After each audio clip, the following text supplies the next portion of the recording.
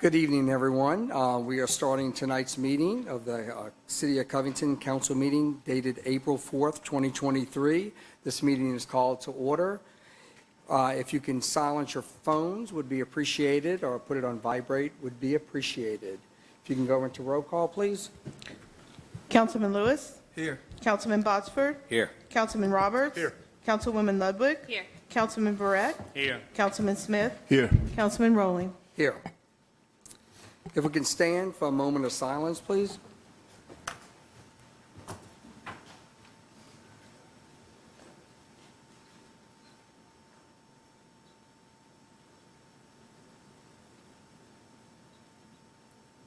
Colin Brady, would you lead us in the pledge, please?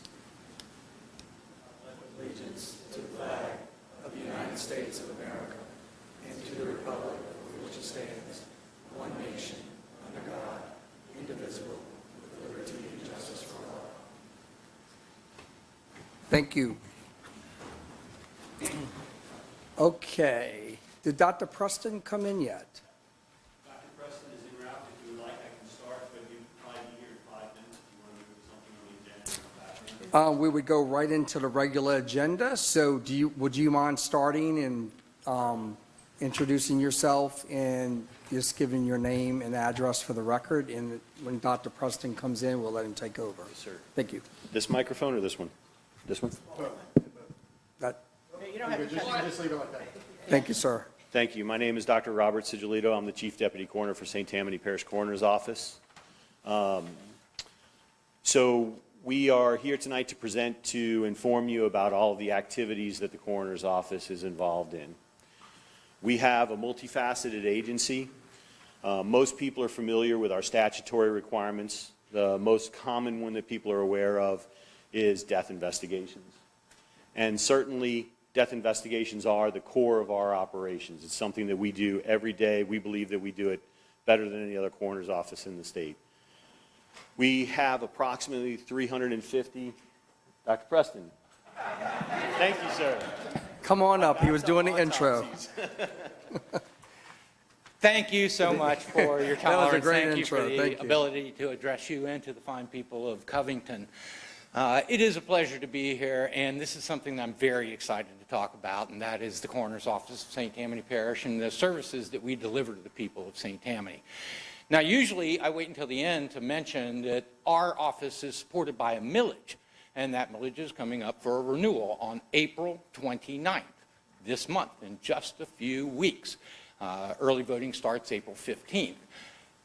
The passage of that renewal of that millage, which is, of course, rolled back from the original 4 mills down to 3.10, will help us to continue to supply not only autopsy services to St. Tammany Parish, our mental health responsibilities, which are great and grave.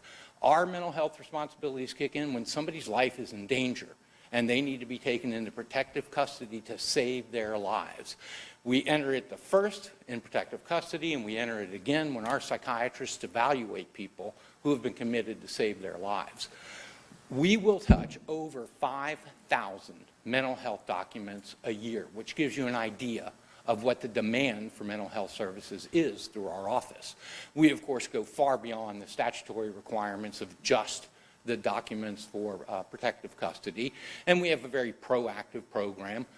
We started a St. Tammany Suicide Symposium, which has been picked up now by the Florida Parishes Health Services Authority, that's designed to bring mental health professionals together to study this issue. Again, we have constitutional statutory responsibilities to examine the survivors of every sexual assault. And we have specially trained nurses, sexual assault nurse examiners, the SANE nurses, who respond to 5 different parishes. Frankly, we're probably the only health district that is in full compliance with the state SART plan. So we're the lead entity for the SART plan, and we respond to all of the Florida parishes. Now, before you say, why am I sending your tax dollars out of the parish, this is actually a fee for service that we provide. So we get paid by the Crime Victims Reparation Fund for every single examination. No survivor of sexual assault will ever receive a bill for a forensic medical examination. I have just got to beam about our chaplain corps. We have 40 volunteer chaplains who are on call 24/7, just like we are, and they respond to the scene of sudden death, not only to give spiritual support, but they are also trained in critical incident stress management, they're trained in death notification by the FBI, and they're trained in all of our policies and procedures that help to support the families and answer their questions. But of course, probably the biggest gift the people of St. Tammany Parish gave to the people of St. Tammany Parish is the in-house DNA lab at the coroner's office. We are the only coroner's office in the state that can boast this asset. This asset is used only for St. Tammany Parish, and it is used predominantly for law enforcement. 75% of our work is done for law enforcement. If you believe Lee Zurich, the state police take 18 to 24 months to turn around a case. We had a horrible double homicide here recently, and we turned that case around in 26 hours. Now, keep in mind, DNA cuts both ways. So if you're guilty, DNA is going to convict. But if you're innocent, DNA will exonerate. Now, if you or someone you love is in jail for something that they didn't do you want them to be there 18 to 24 months, or are you more 3 to 5 days? And of course, who really wants to make sure we have the right bad person in jail? Law enforcement. They don't want the wrong person in jail. They want the right threat to our community immediately identified and immediately apprehended. The last thing I will mention that makes us so much different is the life safety initiatives. We're not just about indexing death. We're about preserving life. And so we have several life safety initiatives. The flagship is without a doubt the Cribs for Kids program that's designed to reduce infant mortality. And another parish following the same program, they were able to reduce infant mortality by 66%.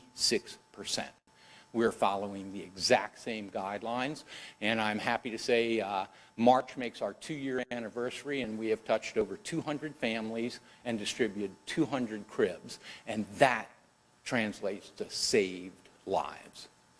Let me be clear to everyone. If this millage does not renew, the coroner's office does not close. We are a constitutional statutory body. If this millage is not renewed, it simply means the parish now has the responsibility to pay for running the coroner's office.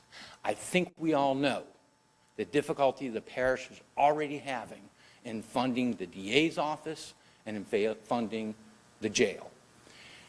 We do not need to burden our citizens with a loss of these services, which are, I'm happy to say, I think extraordinary and critical to our quality of life here in St. Tammany and to public safety. If this millage doesn't get renewed, all it does is create another almost unsurmountable burden for the parish to fund our office. So again, I appreciate your time. I'm happy to answer any questions. I hope you feel my enthusiasm and how important I think it is that this message get out, the truth gets out, and that we understand the services provided by the coroner's office. Well, we definitely thank you for being here. I think Councilman Boxford has a question. I think that the service that you provide, St. Tammany, is just, it's amazing. And, I've been through there with leadership and toured your facility, and I was thoroughly impressed. I actually have a niece there that's interning from North Shore High School. It speaks highly of the operation, and it actually has steered her into the direction of nursing. So I think that's fantastic. And I think that's very well noted that if this millage doesn't pass and puts the burden on St. Tammany, when people complain about infrastructure and their ditches not being dug and so on and so forth, you've got to get the money from somewhere. So let's all do our part and keep this wonderful service that we have. And I appreciate you coming tonight. Thank you. Councilman Legwood? Yeah, thank you for coming. I've spoken to Chris in depth about this. So I think honestly, I can at least speak for myself. Until y'all came and spoke to us a couple years ago, I had no idea all the services that y'all did. So thank you. I think part of getting that renewal pass will just be educating the public. So I told Chris to just get me any any and all information that you can, and we'll try to do our best from our body to help get that passed. We appreciate it. Thank you. Thank you. Councilman Roberts. Yeah, just real quick, one, I already know the bar you set, so thank you for everything you do. I want to say this over the microphone so the people at home can hear it, stpcorner.org. If you want to know more about what they do, go to the website and go see what they do. It's amazing of the facets of what the coroner's office actually does. It's not just dealing with fatalities. It's way more. So very good. Thank you for that. Thank you, Dr. Preston. We appreciate all you do for the community, and we hope everything goes well for you on this election. Thank you, council. I appreciate your time. Thank you. Thank you. Okay, we're going to move on to the consent calendar, the regular meeting minutes dated March 7th, 2023. I do need a motion to approve that consent calendar. Motion to approve? I do need a second. Second. Roll call, please. Councilman Botsford? Yes. Councilman Roberts? Yes. Councilwoman Ludwig? Councilman Barrett? Yes. Councilman Smith? Yes. Councilman Rowling? Yes, Councilman Lewis? Yes. thank you. Moving on to the regular agenda, unfinished business. Public hearing action item number 2023-0301. An ordinance of the City of Covington amending the Covington Code of Ordinances, Appendix B, Comprehensive Zoning Ordinance, Part 3, Use District Section 3.22 ML Light Industrial Manufacturing 3.2204 Performance Standards, zoning case number 230101-1ZTXT. Councilman Boxford. Okay, basically, the only thing this is really changing is the distance of the setback, and it's adjoining properties that are zoned the same for this light industrial. They were zoned at 25 feet, and I believe they're going down to 10. Is that correct, Rod? Yeah, so they're going down to 10 feet? Very limited. So much limited ML zoning in the city, but it was determined to be a typographical error. When someone applied for a permit, they were told the side setback line was 25. Bill Abasso, Steve Abasso, who was our consultant at the time of the zoning code acknowledged that there should not be the same setback between two industrial properties as there is between an industrial and a residential property. That's all it's got. Correct. Solely limited to industrial use of the property. Yep, makes sense. Okay. Go ahead. And maybe Rod can answer this.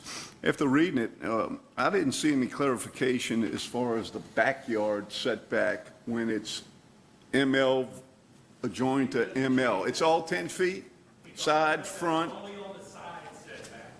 Side setbacks. I don't know off the top of my head with the rear. So it's just when it abuts another, It remains 25 on the rear. 25-foot side setback. They're only adjusting the side.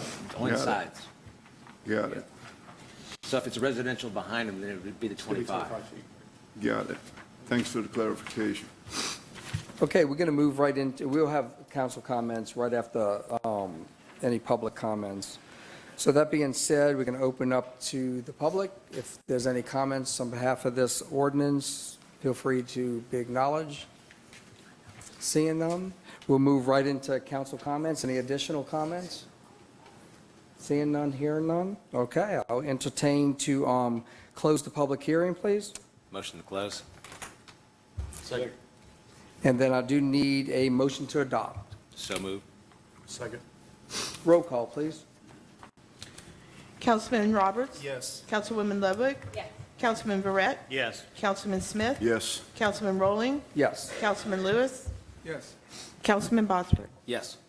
Thank you.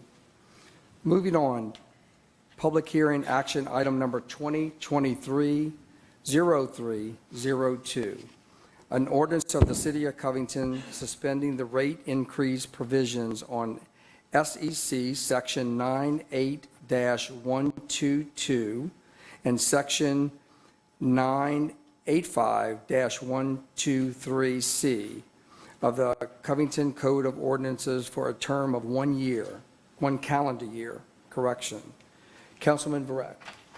At the last council meeting, I had spoke about the introduction of this ordinance. Since that time, I have been to two places which, if you want to know what's going on in Covington, you go to Acuista Paces or you go to the barber shop. And I can assure you that in both places, people have thanked us for at least looking at this and taking a look. Everyone knows their water bill, right? Every single person knows their water bill. Every single person knows that we've increased it 50%. So all this does is a very simple, rescind it for 1 year, just stop. Rather than another 8% increase, that amounts to nearly 60% over the last 2.5 years. The only argument I have heard against it, and I've heard it, well, it's only $4, $5, $10, right? Well, you start adding up all the residents and add up all that money. We are in a good place. We are fortunate enough to be in a good place. But I can tell you that if this was a hurricane and you were selling gas immediately after the hurricane at 60% higher, you'd be reported for that. This council needs to stand up for its residents from time to time when these automatic increases take effect. I think 60% is too high. Over a 4-year period, if we were to do it, we would increase it 120%. So let me also be very clear. The reason that this council addressed the water rates to begin with is because they had not been properly addressed through the years. We took action. We are the ones, everyone that is on this council and the administration stepped forward to take a look at saying we need to start paying for water and sewer services in the city. We have done that.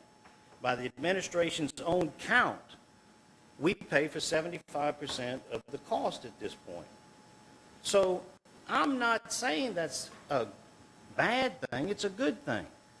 But 9%, 8% at this time is too high of an increase when you've already done 50%. All this does, again, very simply, is ask for a 1-year halt to the raises.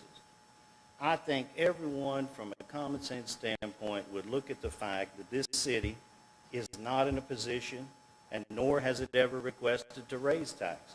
We haven't done it. We haven't raised any taxes. But if you want to sit here and say the argument is well, you know, an $89 bill goes to 104, yeah, because it was 60. It was 55. And we don't need it right now. Now, that's the fact of the matter. The fact of the matter is, and we've got also on this a bond, we're getting $4.75 million. We were in a great place with the extra money that we have. I'm not saying that we don't need to keep pace. But you can't put this burden on the residents when they weren't at fault for the last 30 years. You can't increase it to a ridiculous amount. And it's very simple. It's simple math. Let's take a pause and come back at the end of the year and meet with the administration to make sure that we don't fall into the trap that we did years past, that we stay consistent, that we increase it. But 60% is unreasonable. And that's my position on it. We can't be hypocritical. We can't say, well, no, you know, it's only a few dollars. And then the reason is because you're subsidizing water and sewer rates. And at the same time, you pass a budget that you're subsidizing the entire fire department to a large extent. We have to be reasonable. We have to do what's right. We have to be stewards. We have to be elected officials from time to time. And I ask that this council just take a pause for 1 year, and we come back at the end and we work with the administration to see what does the water and sewer services need. Does it need a 4% increase? Does it need a 2% increase? Does it need whatever? I've heard council members ask me that we ought to pass an ordinance that any future increases should come before this council. It would be inconceivable to me that you would vote against taking a pause and yet say at the same time, well, but it should come before us. I'm putting it before us. The people are putting it before us. And if you question it, I would recommend you go to Acuista Pace or barbershop, because it's not a scientific poll, but it seemed 100% to me. Before we go into comments from the council or the public, I would like to see if the administration has anything to add to this, to just kind of further explain the reason for this, and then we'll go into public comments and also council comments. The original reason for the increase is because the council had established that the rates would be increased based on the CPI, the Consumer Price Index, as it relates to utilities. We all are aware of the inflation that we've experienced across the country in these past couple of years, and that's reflective in this 8% increase. I'm not a fan of this action that's being proposed. In business, as your expenses increase, unfortunately, you have to pass that on to the consumers. It's not pleasant, it's not a nice thing, but that's good business. I'm also afraid that it's really not good policy to be incurring expenses today that we're going to be shifting to ratepayers in the future. That's no matter how you slice it, that is how it turns out. And I kind of find the action to be regressive. To Councilman Barrett's point, the administration and this council has done yeoman's work, tremendous job. The city kind of ignored utility rates and utility rate hikes. As you mentioned, a 50% increase that we've done in the last 3 years. That same 50% was for the last 15 years, for as far back as any of us can remember. We did it in 3 years. But this action would be sort of regressive in that it would be putting us back into the same boat that we just got out of. And that's a concern to me. For a minimum user, it's going to be about $2 to $3 increase. And for a moderately high user, it's going to be $4 to $5, mid-range $4 to $5 increase. But you are correct. We have raised them 50% in the last 3 years. But it can also be said we raised them 50% in the last 15 years. That percentage is so high because our rate was so low. And so that's kind of my position on it. Mayor, before you leave, I'm sure y'all did some research on other municipalities as far as Yeah, how they as Councilman do Barrett this. pointed out, what we charge our residents for services of sewage and water is about 75% of the cost to provide that service. We subsidize all of our ratepayers at a rate of about 25%. This action would actually have us going in the opposite direction, increasing that subsidy.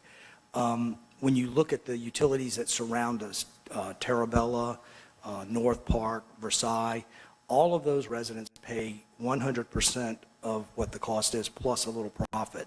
So their rates are, we have some of the lowest rates because we go into our general fund and we take $1.5 to $2 million out of our general fund to offset the cost of our utilities. And let me just say that while I appreciate that, we disagree on this to a certain extent. You can't say that we're regressing when we have a thoroughly substantial increase in sales tax revenue. So are we returning that money to the people? No, we're spending it. You're spending it.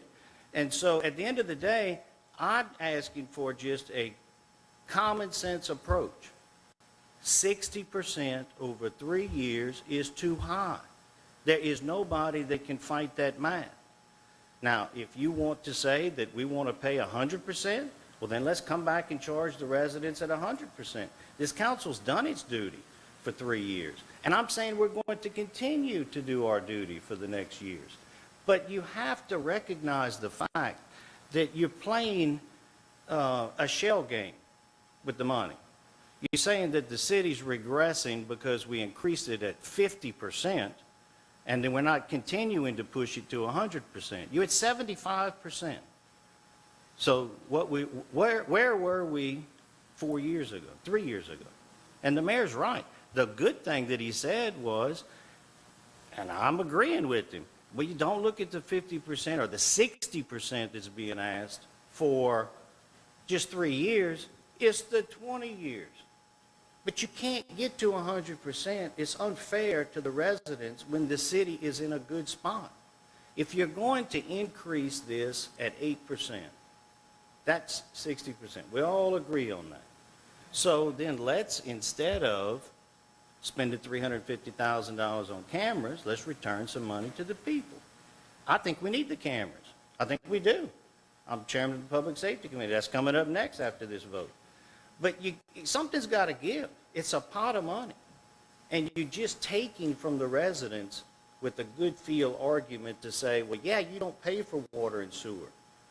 Does every permit that is done for a fence permit pay for the permitting department? I would argue it doesn't. I think it's time for a pause. That's my position. Like I said, people told me the same thing. If you want to increase it 60% in 3 years, that'd be your vote. But I think at the end of the day, I'm all for catching up. You just can't do it overnight. You can't do it. It's unfair. It's too high a percentage. And that's the common sense argument that I'm making. Before we go in, okay, Mayor. Just to be clear, I was not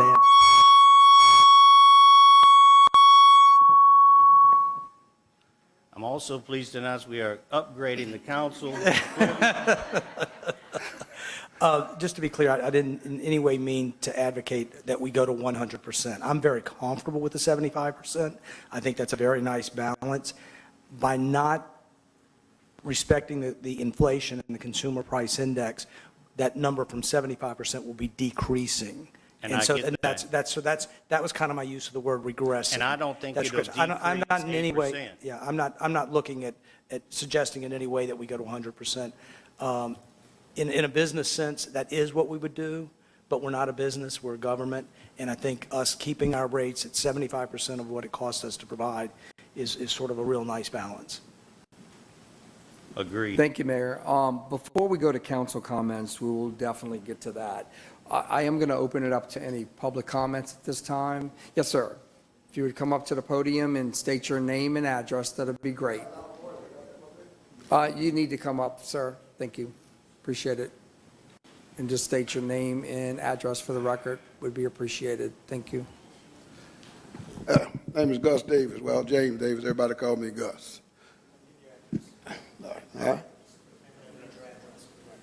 I don't live in Covington. I live in Beta Nursery subdivision. Okay. But I've been in Covington as long as I've been here.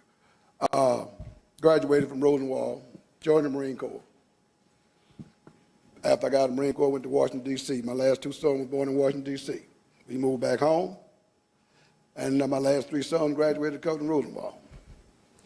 But I'm saying I'm a retired mailman. I worked for UPS in Washington, D.C. When I moved back out to my daddy died, I got with the post office. I retired some time ago. Been in Covington doing a whole lot of fighting. I'm the president of NAACP for the past 15 years. Know the mayor, been knowing his dad, been knowing a lot of people around here, been seeing a whole lot.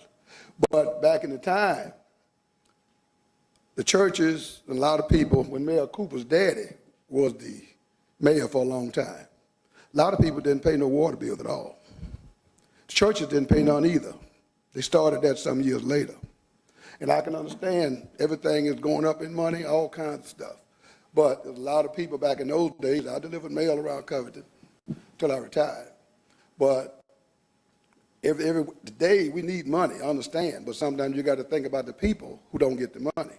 There's a whole lot of them. Don't get a whole lot of money, but a lot of people, you know what's going on. You got to pay your bills, you got to do what you got to do. But you also got to think of the people in the community. It don't make no difference what color they are. So I'm just saying that, like I said, the mail and all this stuff, back in time, people didn't pay the bills, but they came up and it went on forward. But don't jump too high, because it's got a whole lot of people out there that suffer. A whole lot of people out there that suffer. People don't see it. Like I said, I deliver mail. I go down Jenkins Street right now, and I deliver mail down there many times. They got mansions down there now. From going down Jenkins and all that stuff, and I delivered down there for a long time, retired in 2005. But we got to think about Covington and the people in Covington, poor, middle, medium class, because it's got some people out there so poor, y'all, we might not see it in the media, and see it in the paper. I mean, where people in other towns, in New Orleans, sleeping on the bridges and everything.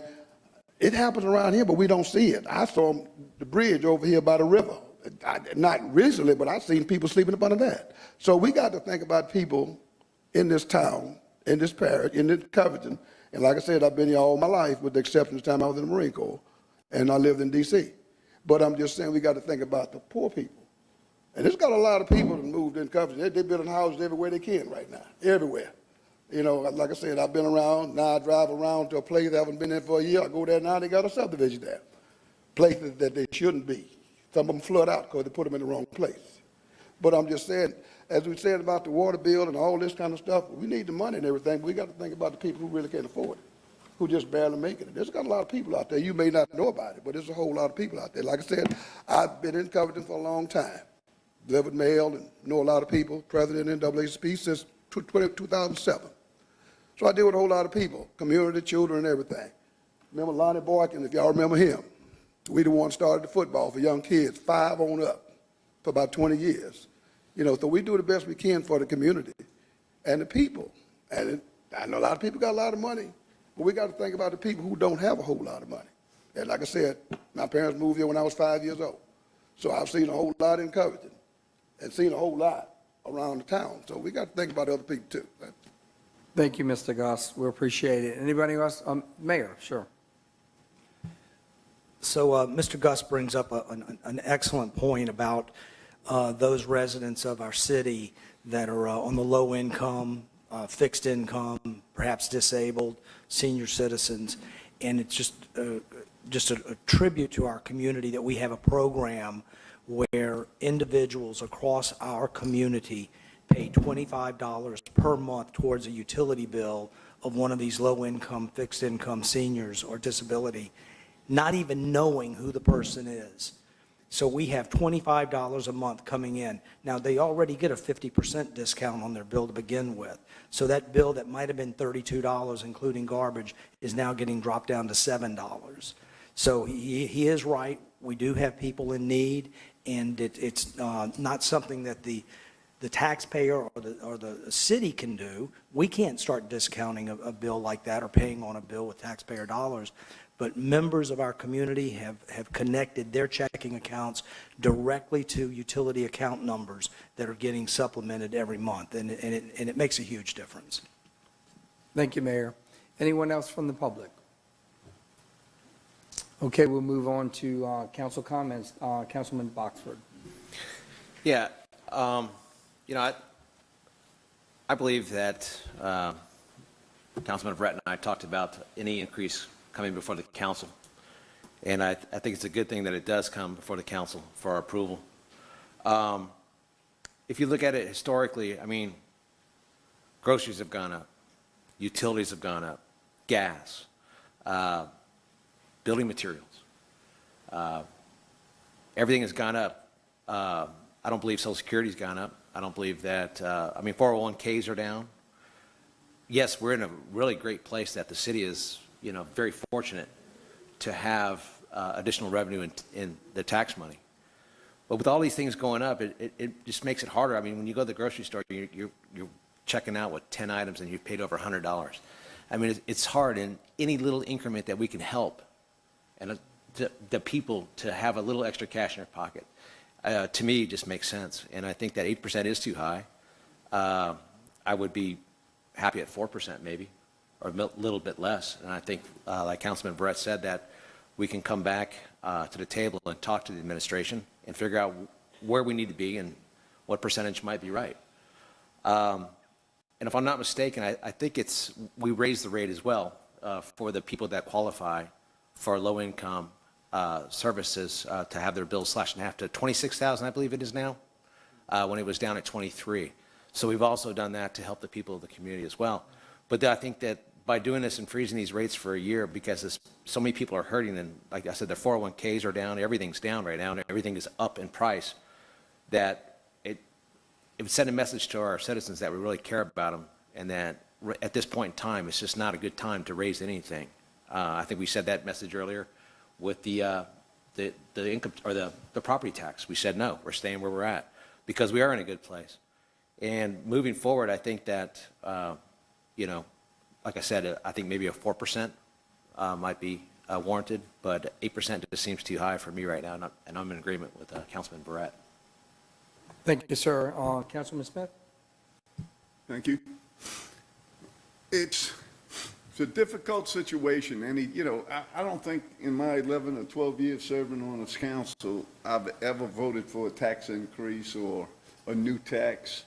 I'm one of those guys that say, man, make it work, okay? We don't need that. But when you sit there and do the math at what's going on today with the city and the city's budget, yeah, you know, we're bragging about we're in good shape. As a matter of fact, you're going to learn in the next issue coming up that we're rated one of the best financially, we're one of the best municipalities in the state and achieved a high rating, which is going to save the consumer, our taxpayers' money. We get that rating for a reason.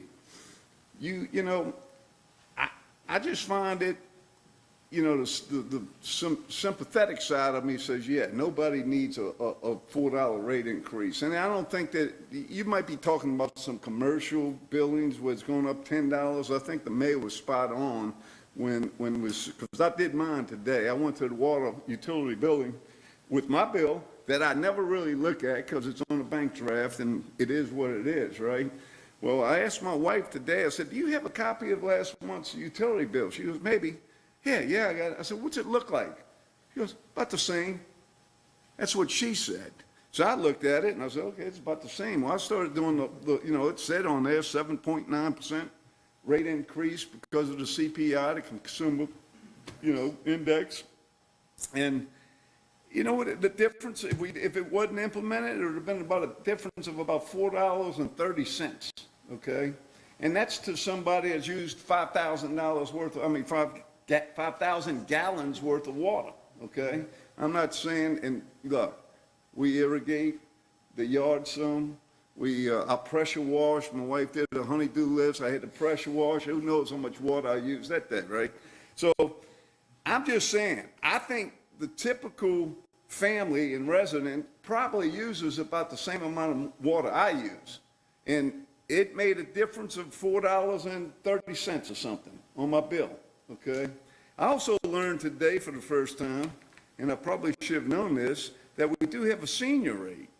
And that's for people that are 65 and older, make low income. I believe I was told 20,000 or so, 26,000 and below. Or a senior, or disabled people, okay? They get a flat rate. This new increase would be about $1.30 a month, okay, if we implemented the full 7.9%. I appreciate what Councilman Brett said. I am in agreement with what you said. Why couldn't we at this point, instead of suspending everything for the next year, look at a compromise, and let's not do the whole CPI, 7.9%. Why can't we do 4%, 3.9%? Now we're talking the average guy like myself, my rate increase would have been $2 a month, okay?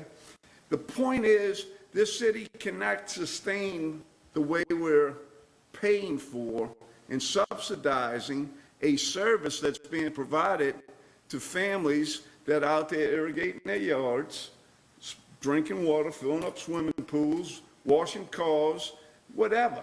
The way that thing's going right now, we have to take our sales tax revenues and all the other revenues we're fortunate enough to get that we put into a general fund to use things for infrastructure and water line and sewer line repairs and replacements, and pay the people that are going out there to do it, and pay our law enforcement to provide service protection and fire department. We got to take money out of that general fund every year and subsidize what me as a consumer should be paying for. I'm the one using it.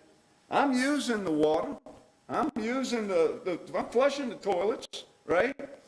Why should I expect somebody to provide money to subsidize the usage of those services, those commodities, or whatever you want to call it, that I'm using personally, okay? Now, because inflation went through the roof, and Biden's not going to say it was his fault, and I'm not going to blame it on him, but the inflation went through the roof, consumer price index goes through the roof, the cost for the city to do business and pay contractors and buy, replacement parts and do things, that's going through the roof too.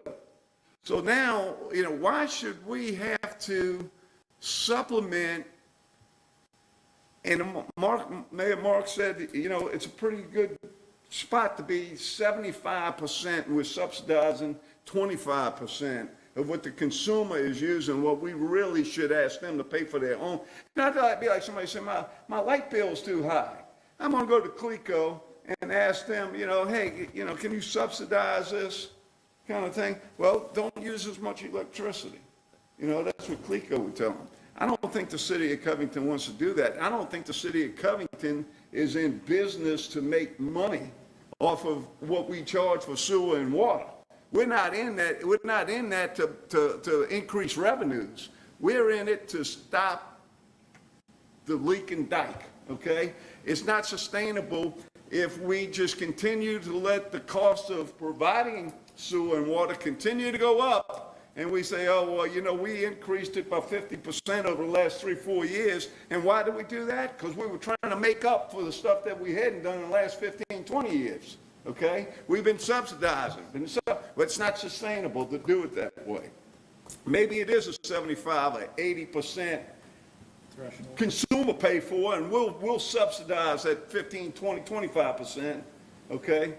But to say we've had this kind of cost increase to the city to provide these services, to say, oh, you know what, I don't think the residents or the businesses need to pay for that. Maybe there's a compromise. I don't think we need to do 8% this year. I don't think that we need to do 0 this year. I think someplace in the middle is the best situation, win-win for the consumer, the resident, the businesses, and a little bit of help for the city so that we don't have a bigger gap that we got to make up every time we come around and do budgets and saying, look, here's our deficit for providing this sewer and water.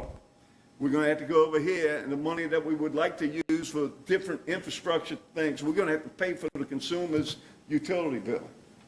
So I think what I would hope to see us consider doing is to, as Mr. Botsford said, let's find a negotiation. Let's not do 0. Let's not do 7.9. Let's find someplace that's doable.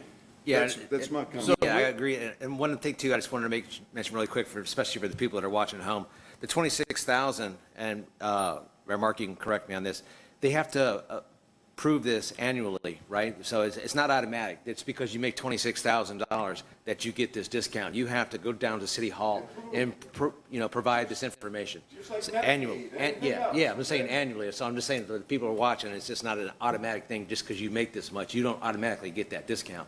You have to go to the city and prove your income. Councilman Lewis, I think you had some Yeah, comments. I just had some statements, actually. I heard that we're at 75%, is that correct? And we were okay supplementing the 25%.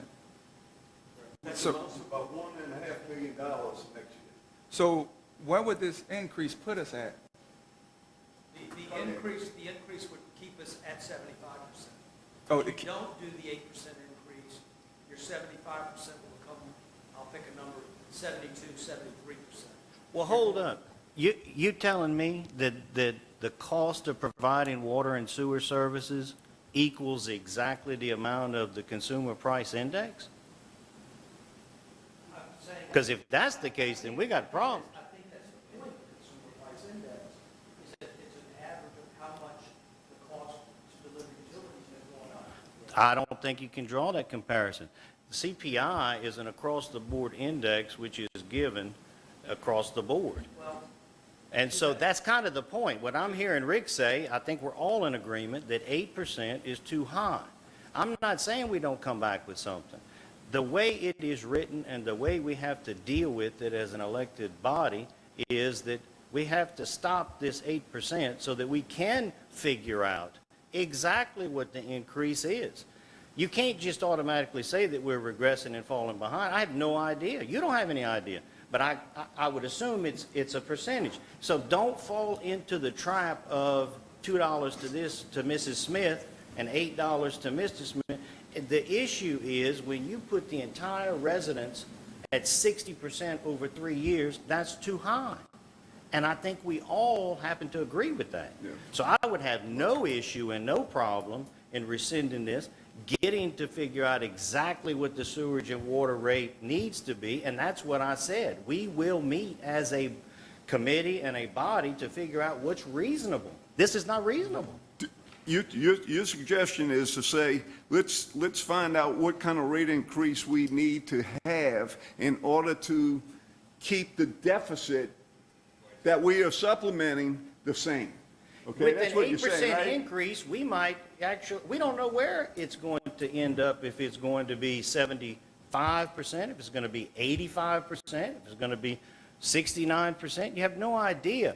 All I know is simple math. 60% water and sewage rate increases over 3 years is too high.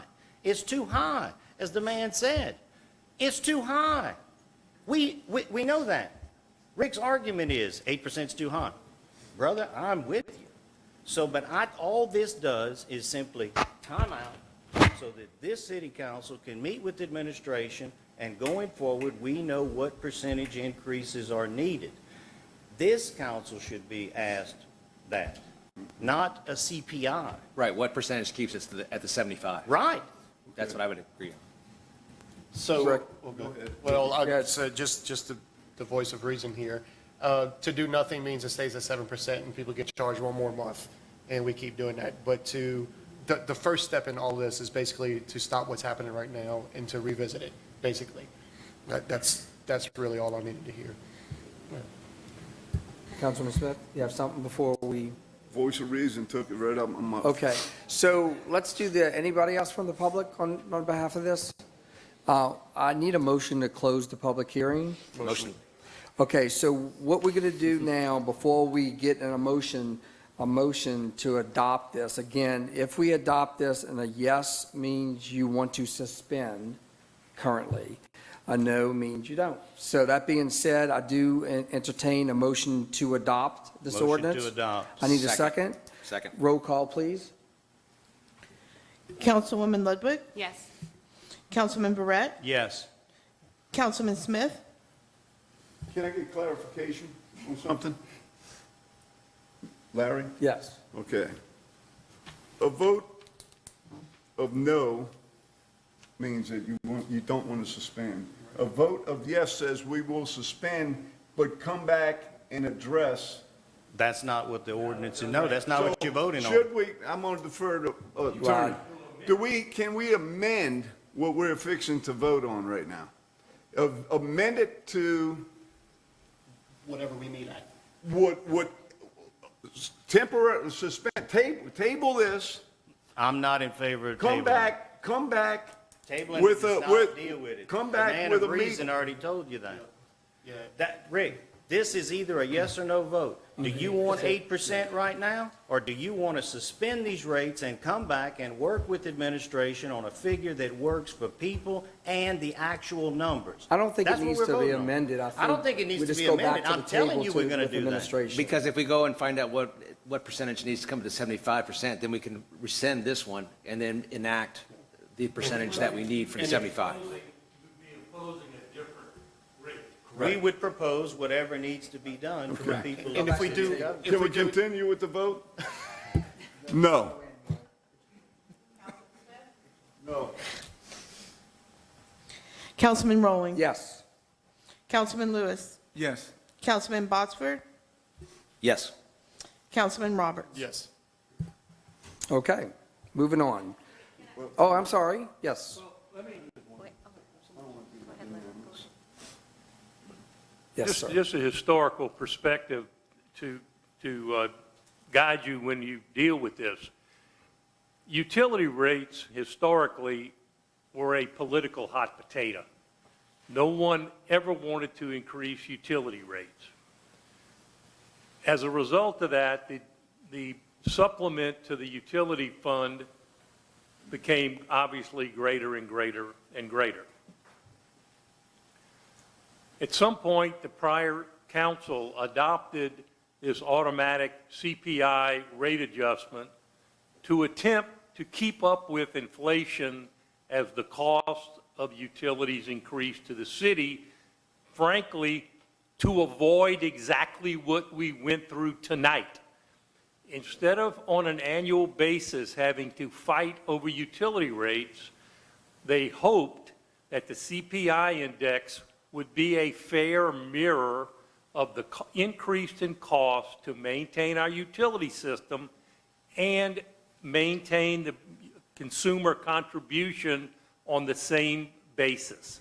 Although it's an artificial gauge, it is what they chose to use.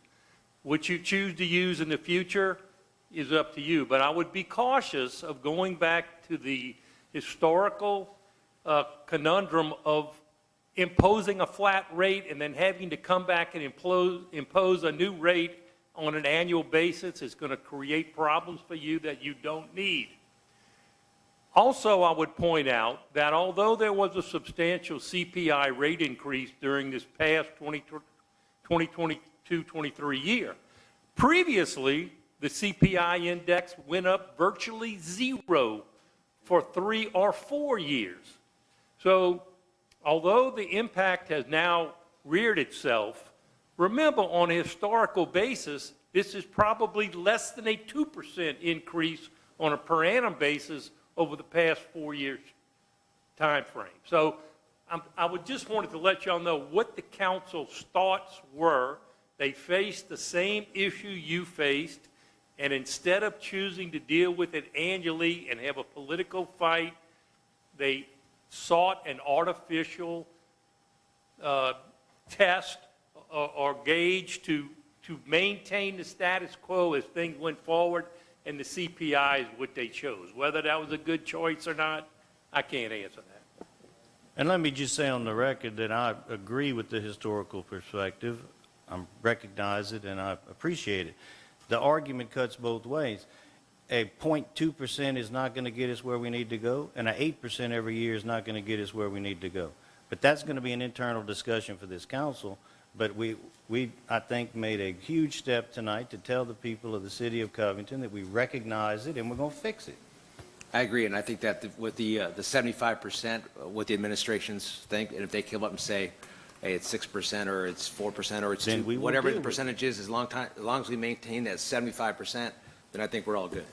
And one other thing, the way the ordinance is written right now, based on the increases, based on CPI, it also says if there were a negative CPI, not inflation, deflation, okay, which happens historically, now and then, not often, but it happens.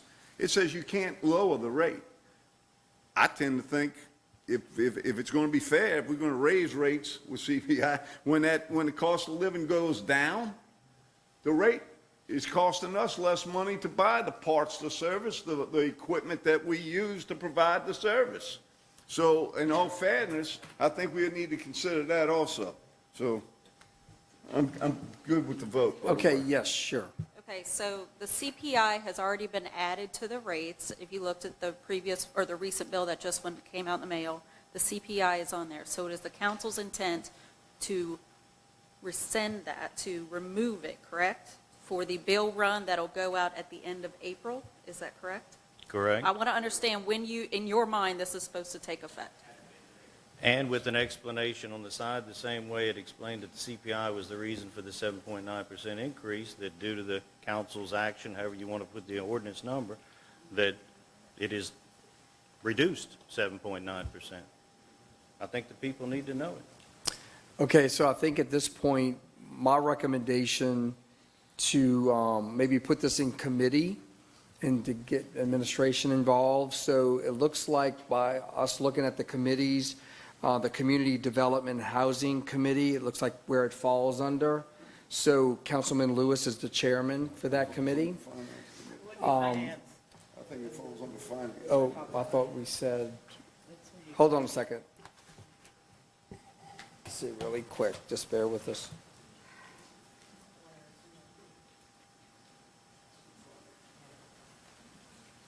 Okay, so after looking at it, it is the Finance Committee.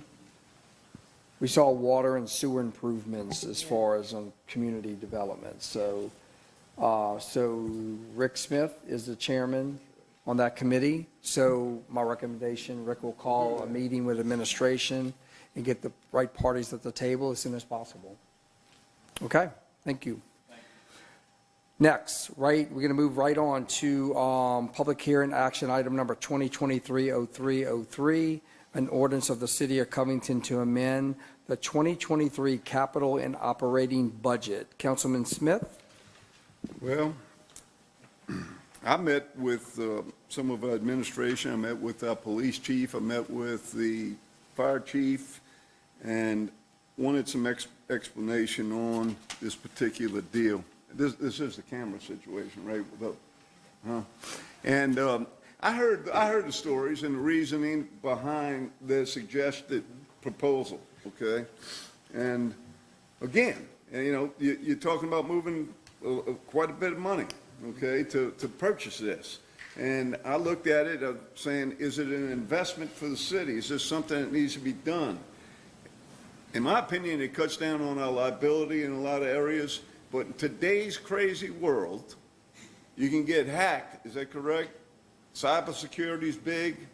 You got nutcases that enter buildings that shouldn't be entering buildings, and cameras that feed to the police department and the fire department, I think plays a big part. So I kind of got the picture, but I still didn't make up my mind on this. And the smart thing that happened was they got the safety committee together. So I'm going to defer this over to the chairman of the safety committee, who sat down in a meeting with administration, and y'all hashed this out. I believe it was you, Councilman Rowland, and Cody, Councilwoman Ludwig. So why don't one of y'all, and you're the chairperson, why don't you take over?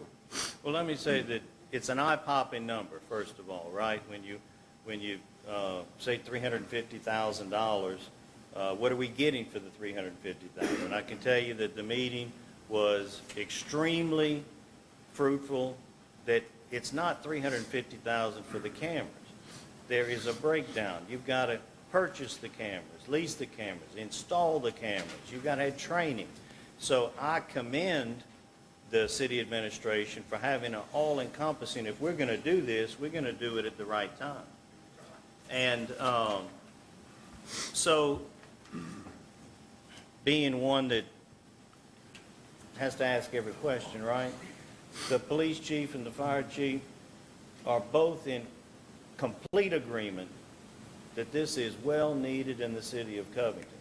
There are so many stories that we could tell you, but the point about a public meeting is to make sure that we're good stewards and we're watching the money and it's going to be spent correctly. I can tell you based upon the meeting that it is needed in the city of Covington. And I think that they make very good arguments for why. And all you have to do instead of me telling you these stories is to turn on the TV or listen to the radio. And we're falling behind when it comes to technology. So I want to commend the new IT director and commend the mayor and the city administration, because we're catching up, and we're catching up rapidly.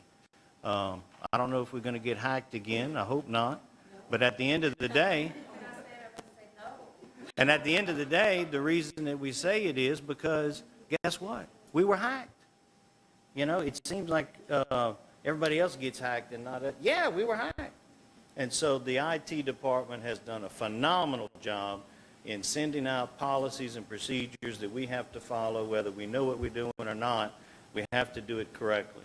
And the police chief's done a phenomenal job since taking over. The fire chief does a tremendous job. We need this. We need it. And I don't think anybody is going to say that we don't need it except for an eye-popping. But I don't want to get into the specifics of it, because after this is done, if it is done, then we are going to have meetings on how to properly implement it. And these are steps in the right direction. But the IT director's here if we want to ask questions, and I know Councilwoman Ludwig has a few comments as well. But I urge you to do this so we can catch up. Can I clarify something real quick? Yes. The 350 that's in this budget amendment, there's 2 or 3 components in this budget amendment. The 350 item for computer equipment it's a twofold project. One is our door access system, and one is the implementation of 70 cameras in all of our city facilities. So I just wanted to clarify, the entire 350 is not just for cameras. It's for 2 different safety and security projects, wrapped into one. Thanks for the clarification, Councilwoman. That's actually what I was going to Yeah. include. I was pointing it to him. Yeah, so 100,000 of that is what I wrote down for door locking. Additional cameras or any other need. We have older buildings, they may have wiring issues, we may have to do something with the network, so I added a $50,000 contingency in there for unexpected expenses. Awesome. Yeah, and so, I mean, I think just to reiterate what Mark was saying in our safety committee meeting, I think, at least we talked about that the public is probably, would be appalled at the, what we currently have. So I think it's not only necessary, but I think it's our responsibility as we live in this crazy world. When I worked for the city prior to being on the council over at the Trailhead, I felt very vulnerable. So I think that this is, yes, $350,000 is a lot of money. However, that's not something that we need to do continuously. A lot of that is the installation and the leasing and everything. So it is a lot of money, but it's necessary. I mean, the safety of our community and our staff is hard to put a price tag on. Thank you. We're going to open it up to any public comments at this time. Seeing none, hearing none. We're going to go right into. Does anyone from the police or fire want to? Right. Okay. Any other additional comments? Yeah, I just Councilman wanted to clarify one thing first off, to say that this is well needed. I had an incident at the Trailhead with one of my employees. You couldn't even tell what the car looked like. I mean, it was terrible, and it was it was like a hit and run. So I think that's really well needed, long overdue, because I'm sure these cameras are at least 15 years old, I would have to guess, somewhere up in there, maybe older. But also, which wasn't addressed, I don't know if Councilman Smith was finished, was about the other $120,000 for the lighting for the recreation fields? Yeah, that's, okay, so you're doing this in two parts? Okay, that's fine. But I think if you want to expand upon that, I know you said the amount of cameras, but I don't think people realize that it's not just for City Hall necessarily. This is for our entire campus, I guess, whatever you. Right, so this is 70 cameras, and the contract will include 5 years for the software, is that correct? We have 4 people from the telecom here to answer all of your questions. So that would include City Hall, Trailhead, Public Works, PD, and the CIU building, the auditorium, and fire station 1 and 2. And so these are not just spaces where our employees are working, these are also public spaces where we have people that are renting facilities or coming to meetings or whatever. So it's for our staff and for the public as well. So one other question I had on the cameras, do they record audio as well, or is it just video? So they do have the ability to record audio. Once again, that's a toggle on or off feature from an admin perspective. So if you have environments where audio is important, then we have that flexibility. But in the need that we don't, then we can just kill that option. Because I would have referred to the legal part of that. If you're recording someone's audio, is there some type of legal implication to that? Yes, and that's kind of the point that we were making about we're going to have step 2 with the process. Number 1 was, why is it $350,000? Why is it needed? City of Slidell has it, I believe. We were able to take a look at some of these, how they operate. But I think step 2 is going to be with the installation, getting with the police chief and the fire chief and administration, because I do not want the citizens to think that we're sitting there listening to their conversations. That's unacceptable. It's First Amendment rights. And, there are places where I think we can utilize audio in certain circumstances, but it needs to be justified. And by and large, many places it does not. And I think we're going to work closely together. That's part of the process, not necessarily part of this ordinance, but to recognize and understand that we're not going to be recording the citizens of Covington talking about how great the council is. We're not going to be doing that. Absolutely.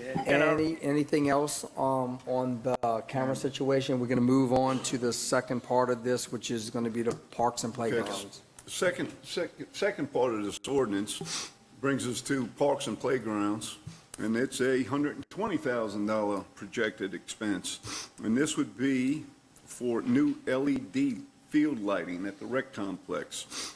Well, once again, man, it just sounds like a big number, you know, but I called Brian today and he explained it to me and I thought he did a really good job. He made me go from saying this is really needed to, hey man, you got some really valid points. If you'd like to maybe share some of those thoughts again with the rest of the council, I'd appreciate it. So the lights Just that we have. do me a favor, state your position with the city.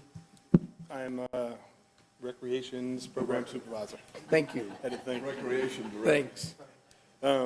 So the lighting we have now is about 60 to 70% operational, but it's dangerous for the kids to play on the fields. They're dark, they're shadows, they're pointed the wrong direction. We can't get any new parts to fix what we have. They're old, they're outdated, and so with the, with this new equipment, it's going to save us money on repairs, it's going to save us money on operating costs. So there's, a lot that comes with having the new, but the safety of having it and the ability to, repair things in the future is, what we're gaining from replacing all these lights. And the lights we have now are, they're not LED, right? No, Right. no, they So, are yeah, extremely So you're talking old. longevity and savings cost and better lighting, for sure. Yeah. Probably not. If I'm not mistaken. I can't find anybody to do Brian, repairs. sometime today in this conversation we had, he said, so antiquated. He said, you'd think you'd change a light bulb and fix it. It doesn't get fixed, correct? No, we went through the easy route of changing light bulbs. He's got opportunities at our recreation fields today where he is running tournaments and renting fields out to people that pay the recreation department a check to use the facilities, which goes into his rec department budget, which is less money out of our general fund. And we're losing those some of those teams are people now. threatening to say, thank you, but we don't know if we can play here any longer. We can't see.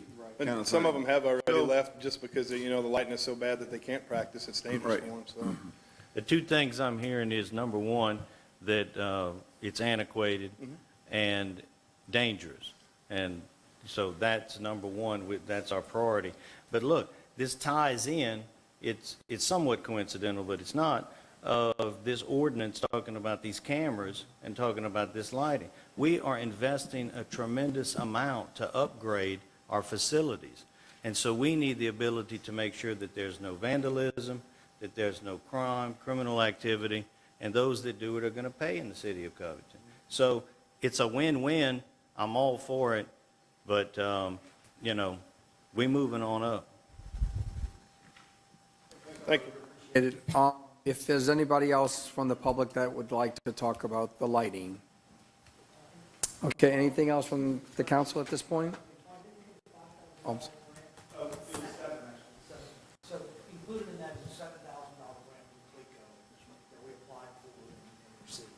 Thank you, Mayor. Appreciate that. Anything else from the council? Clarification, it's included in that 120 or it's going to reduce to 120 by the grant money? That's accounted for in the 120. Huh? It's accounted The for. 120 accounts for that. Thank you.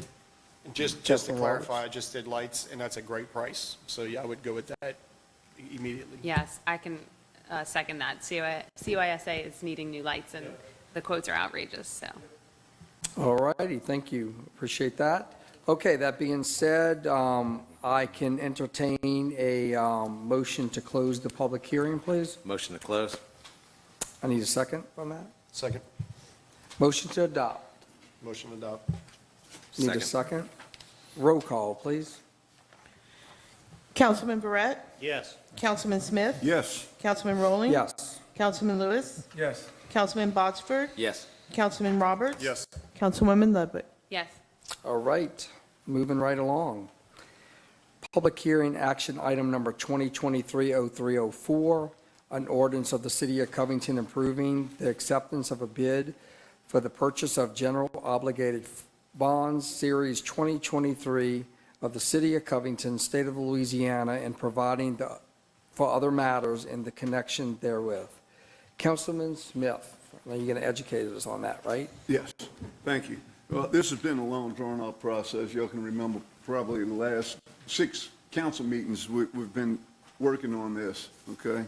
Well, not necessarily, because it was passed in December of '22, I believe. But it seems like it's been a long time. All right.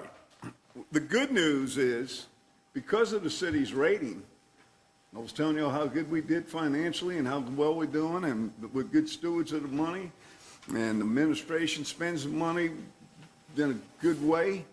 We got one of the highest ratings ever, and because of that, we've got some really incredible office, okay?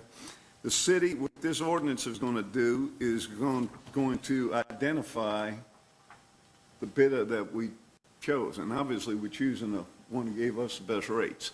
With that said, there are two experts sitting out in the audience. We have our financial director, Nina Sweeney, and we've got our counsel over there who's been kind of walking us through this thing, Mr. Hardy Andrews. And Hardy, if you wouldn't mind, would you come up here and say a few words about this? Absolutely. Thank Hardy you. Andrews with Foley Edel, we serve as bond counsel. This is the final step in the process. Councilman Smith is exactly right. We started this process mid last summer with an election, and then we went through the actual bond process. Over the last month, we've been working with the administration. One of the things that was required for this was a bond rating, an underlying rating. Worked with them, they did a wonderful job on the call with S&P, answering their questions and really providing as much information about the city as possible. And the result of that is a AA+ rating, which, to put that into context, the United States government debt is the same rating as a AA+. Like Councilman Smith alluded to as well, it's one of the highest ratings for a municipality in the state of Louisiana. So I think that is not only a testament to the administration, but to the council and how the city is run as a whole. I'll note as well, I've got their report, things that S&P viewed as part of their rating were expanding local economy, very strong reserves, stable budgetary performance, very strong institutional framework, and a manageable debt burden. Those were some of the highlights that they had in the report that S&P put out when they issued that AA+ rating. So that was just a wonderful achievement, we feel like, for the city of Covington.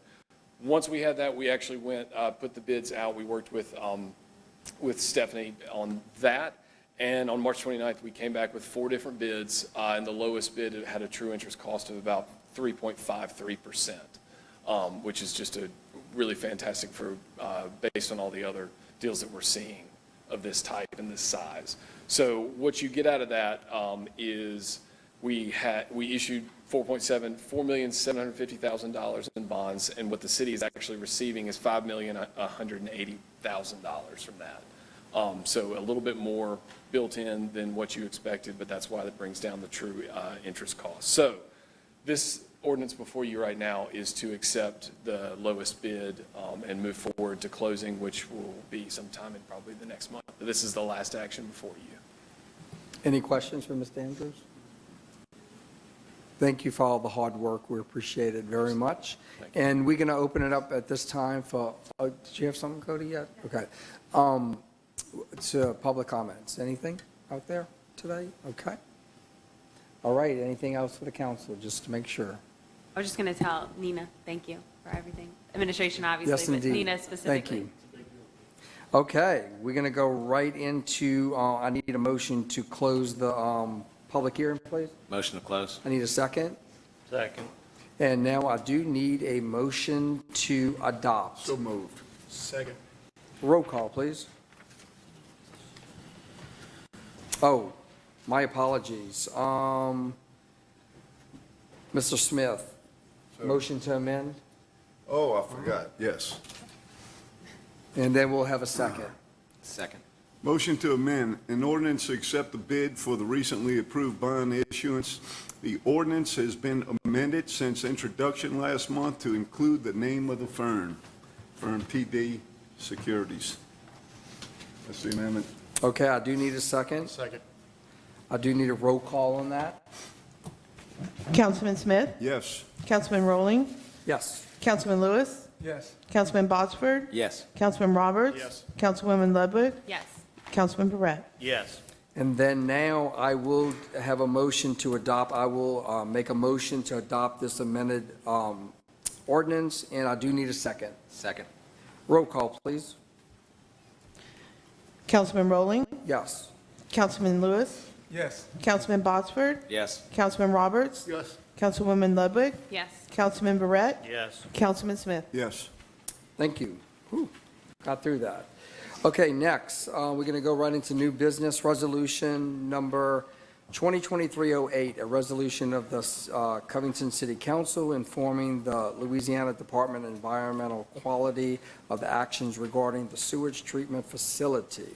Obviously, this is a yearly thing that we do have to do with the city of Covington, and I think attached, the councilman has gotten in the report from the Curtis Environmental Services Incorporated, and I think we have someone, before we go into any comments at this point, if you don't mind just stating your name and the position, and we can have any comments from you on the report. Yes, sir. Thank you. Thank you all for having me. My name is David Curtis with Curtis Environmental Services. I get the pleasure of seeing y'all once a year about this time when we do this to make sure that everything that stays compliant with the LPDES permit that y'all have for the treatment facility. The score overall is based on 560 points. It breaks down into 7 different categories. Lower the score, the better. And so, you know, we kind of track it for y'all. It takes into 7 different categories. First category being influent flow. So this is what the city receives. Y'all did get a little bit of points on this year just because you did see some higher rain events, more flow coming to the treatment plant, so that they do look at that. You know, what are you designed for, and are you able to handle it? But I do know the city does a very good job segueing into the next part, where part 2 is effluent quality. So you may have gotten higher flows than what you're designed for, but the people that are at these facilities do a very, very good job of treating this water and making sure that what does go out meets permit limit. They did not have any permit violations in 2022. That is a very big deal. I do a lot of these, and that is very, very rare. So they do a very good job. Age of the treatment plant, that's going to go up every year regardless, unless you're making any type of major changes, which y'all did back in 2016, 2017, so they dropped your score, but it does go up every year just based on the way it's scored. Overflow and bypasses, that is the one that definitely affected the city the most. You have overflows and bypasses from a older collection system. I know that they are getting a handle on it, and we had talked to the mayor about this.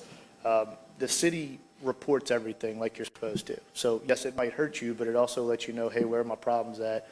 What am I doing to address it? So in this resolution that you're passing, you're saying, hey, you know, we're going to look at this and we're going to try to address it for 2023 and what we can do to, you know, maybe video, smoke test, look at areas that we have issues with infiltration and overflows from pump stations and things like that. So that is one. So y'all had 55 points. That is up from last year. So you did have more overflows this year than last year. Solid deposition of sludge, that is your ability to waste solids and to transport them to, you know, the end site, which the city uses a land application facility out of Kiln, Mississippi. They usually grab a load a month. So because you have the ability to not only store, but you have the ability to give it to them at any time, you don't have any points. There are some municipalities that can't afford it, that don't have that ability, so that does affect them. New development, y'all are growing. I mean, these are good points. I always tell everybody that. Y'all get them, but you're growing, that's a good thing, and you know, I would take 15 points every day of the week. There are some communities that have actually regressed. They're not growing at all, which starts affecting utility bills and things like that. So these are great points. Operator training, y'all do a really good job. I mean, all the operators get their training. They're increasing certifications. I know I was at the plant 2 weeks ago with Michael Brandt, just kind of walking the facility, checking it out. I mean, he's talking about everybody's getting certified. All the operators are going to class, getting their training, which only benefits the city. You know, I mean, the treatment plant looks immaculate. I feel like, so I told Michael, I was like, man, I don't know how much you cut grass, but I mean, it's perfect. It was like there was no issues. You know, everything's clean, pressure washed. It just looks good, which is a good representation of the city, because ultimately, you know, y'all are discharging a lot of treated water into the local receiving stream. So, you know, there's a lot of other utilities that don't necessarily, you know, value that ability to treat this, and the city does a very, very good job. They are very on top of everything, and I commend them. Just working with them the time that I do, they do a good job. So this year, your score was up about 13 points, give or take, actually a little bit more than that. But, you know, overall, I mean, I can tell you, I work with these guys day and night, and they do a very, very good job. So, you know, it's something that I would tell you I continue to, you know, praise those operators, that it's a very thankless job sometimes, but it is a very, you know, very, very important job that needs to be done by somebody. So, but yeah, overall, you know, keep doing what they're doing, and there is a resolution that you need to pass at the back, because DEQ does ask for this when they do audits. Y'all have them, y'all keep all the records, and that is very, very important. So, you know, with that being said, we do need to pass the resolution at the back, and just keep it on file like we always do. But other than that, you know. Thank you. And I know myself and Councilman Smith took a tour with the mayor a month or two ago, and the facility is unbelievably neat, and they do a wonderful job there, and I appreciate you mentioning that too.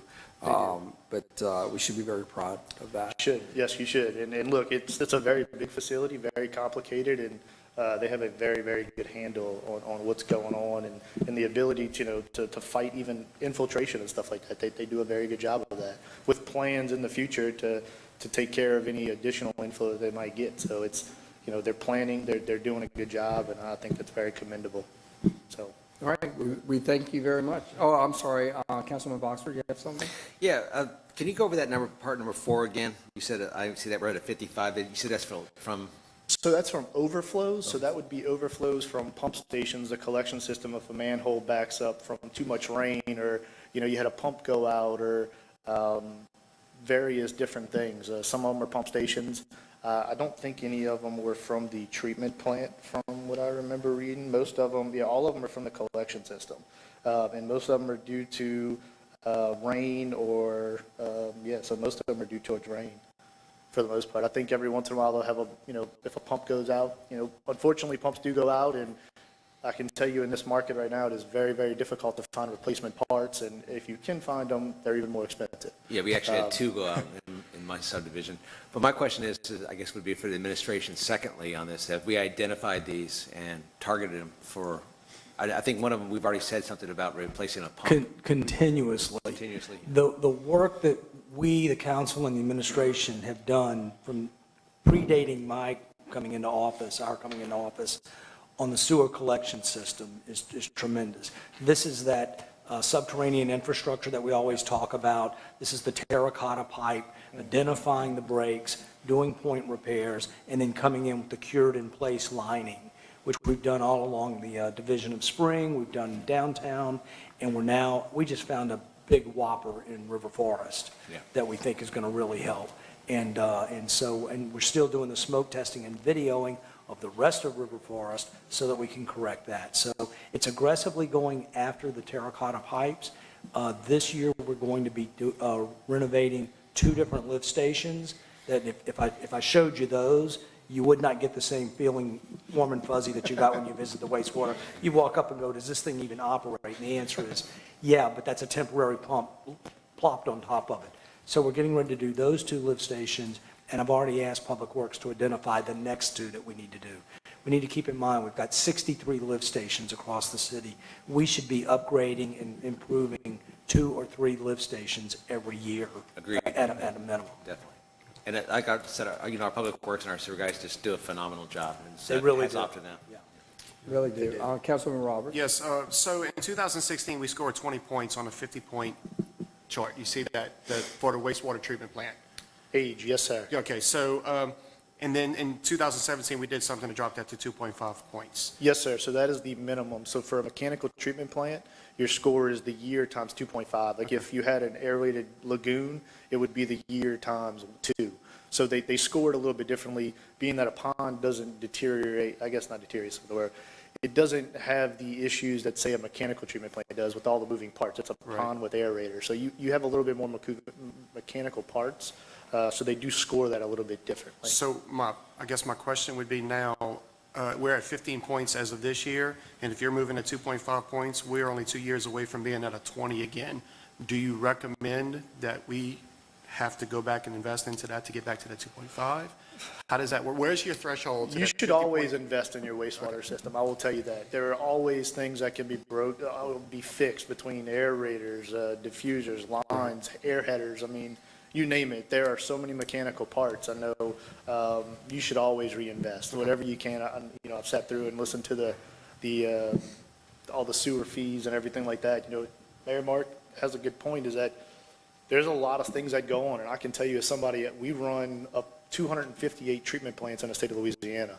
I can tell you my cost on repairs, pumps, motors, blowers. I can't even get a blower for a year now on certain manufacturers, and their prices have gone up. So it's a very hard game to say, how much do we spend? But Right. I mean, I can tell you, I have some clients, you see it actually max out at 50 points. Okay, I have that's what I some was that, wondering. If yes, you let people go to 50 before they decide to invest. there back are some into it. people that have not made any changes, major changes on their treatment plant. So it's not unheard of. I mean, Okay. y'all are very fortunate that you do have the revenues to make these improvements. So, and I do know in talking with Michael, they do have improvements set for the treatment plant to move, to make things even more improved. Yes, sir. Yes, sir. Okay, thank you, sir. We Yes, sir. appreciate you. Appreciate Thank you y'all. very Thank y'all much. very much. So, anyone from the public would like to have a comment on this? Okay, then we're going to go right into, another one else from the council. You good? We're going to go right into a motion to accept. Motion to accept. I need a second. Roll call, please. Councilman Lewis? Yes. Councilman Botsford? Yes. Councilman Roberts? Yes. Councilwoman Ludwig? Yes. Councilman Verret? Yes. Councilman Smith? Yes. Councilman Rowling? Yes. Okay, moving on. Resolution, item number 2023-09, a resolution of the Covington City Council regarding the lease purchase agreement for the purpose of financing a fire truck. Councilman Smith. Yes, indeed. Well, this is all included in the budget that we passed, but I see, you see the fire chief always shows up when we're talking about buying him a new fire truck. Little kid at heart still, I'm sure, man. It's like Christmas, isn't it? But it's unfortunate those fire trucks get worn out, and it's a big, big part of safety for our community. This resolution basically is giving the mayor the authorization to go ahead and sign the agreements for this lease purchase with Government Capital Corporation. It's the same group, if I'm not mistaken, the same manufacturer that built our last fire truck, if I'm not mistaken, isn't it? Okay. I don't have, if y'all read the resolution, I don't have a whole lot to elaborate on, other than the money's budgeted. They need a new truck. It's in the budget plan. And with that said, that's about all my comments. Okay. Would you like to say anything? It's replacing a 99 model, so that's how far behind we are. We've been progressively coming up with plans. We're paying off the ladder truck this year, so this money was already accounted for. We're just rolling it over and replacing another fire truck. And it came in about 20-something thousand less a year budgeted, so that's real good. Thank you, sir. We appreciate it. We were normally paying right at 220, I think, a year, 208, and then we budgeted 165. It came in at 121. So what we've been trying to do with a long-term plan is budget approximately $200,000 a year towards new fire trucks, all the time, just never stops. And by the time you buy one and get rid of the oldest one, it's time. I mean, we're still dealing with a 1999 model. So just keep in mind, each year on the budget, we're going to put in $250,000. That'll pay a note for 3 or 4 years, 2 years, and then we'll get another one and just keep going like that. To have a good replacement plan for the future. Chief, do you know when you'd actually receive the truck once this passes? It should be about 10 months. Okay. Yeah, That was and a that's actually pretty good. Is it? Some of them are getting over 400-day delivery time, so in 2 years, the truck itself went up 100,000, so it shows how quick. And then the current 99 that you're replacing, I guess we'll surplus that and sell it? Yes, we probably won't get nothing for it. The last one, we had to pay someone It to is come pretty, get it. it's nice and shiny though, so that's important. But yeah, once they get that old, you don't get nothing for it. So with this long-term plan, we will have a trade-in program where we'll offset the inflation of the truck. So, long time, it'll pay off. Councilman Lewis, you had Real something? quick, what's the benefit of leasing it as opposed to just outright purchasing it? It's just to spread out the payment. They call it a lease, but it's just a. It's just to spread out the payment, that's all? Yeah, it's just to spread it out over 5 years. Okay. Okay, thank you, sir. We appreciate it. Anyone from the public have any comments on this? Any other council comments? Okay, I'll entertain a motion to accept. Motion to accept? Second. Roll call, please. Councilman Bosford, Yes. Councilman Roberts. Yes. Councilwoman Ludwig, Yes. Councilman Verret, Yes. Councilman Smith, Yes. Councilman Rowling, Yes. Councilman Lewis. Yes. Okay. Thank you. Moving on, items of discussion. We have the crew of a Majestics Carnival Club Incorporated here. Before I turn it over to Councilman Lewis, Mr. Kevin, you want to come up? And just state your name and address for the record, and then I'll let Councilman Lewis go ahead and introduce a little further. Yes, this is Mr. Kevin. He's the president of Carnival Club Incorporated. He came back in November and spoke. I'm going to let him take it from here, and then after the public speak, I will speak after that. All right, my name is Just Kevin. state your name and your address, please. Yes, Kevin McCathin, 75740 Rickland Drive. Like he stated, on November 1st, 2022, I came here and I gave you guys a presentation stating that we were a carnival club that wanted to come and grow within the city of Covington. My whole presentation and my reason for coming was just to introduce us, because we started out as just a social club among a group of friends, and then expanded and grown because we all have a passion for Mardi Gras, but we also have a passion for service and being actively involved in our communities. So on March 14th, 2023, we decided to release our press release, basically trying to recruit members, get the community involved, and it was presented on different media outlets, and then the following day, we received a notice of a citywide email that was from the mayor stating that he had not issued a permit for a parade crew, and we did our paperwork and did all our logistics to submit information pertaining to possibly having a parade in 2024. With that, we decided to put our membership on hold, and we have not accepted any memberships applications since, simply because we want the city to know that it's not about just carnival for us. We are more than a parade crew. Among members of the board, we all work in different professions. We also want to work towards providing the community the aspect of scholarship opportunities for students, beautification, fundraising activities, assisting with senior citizen living and cost.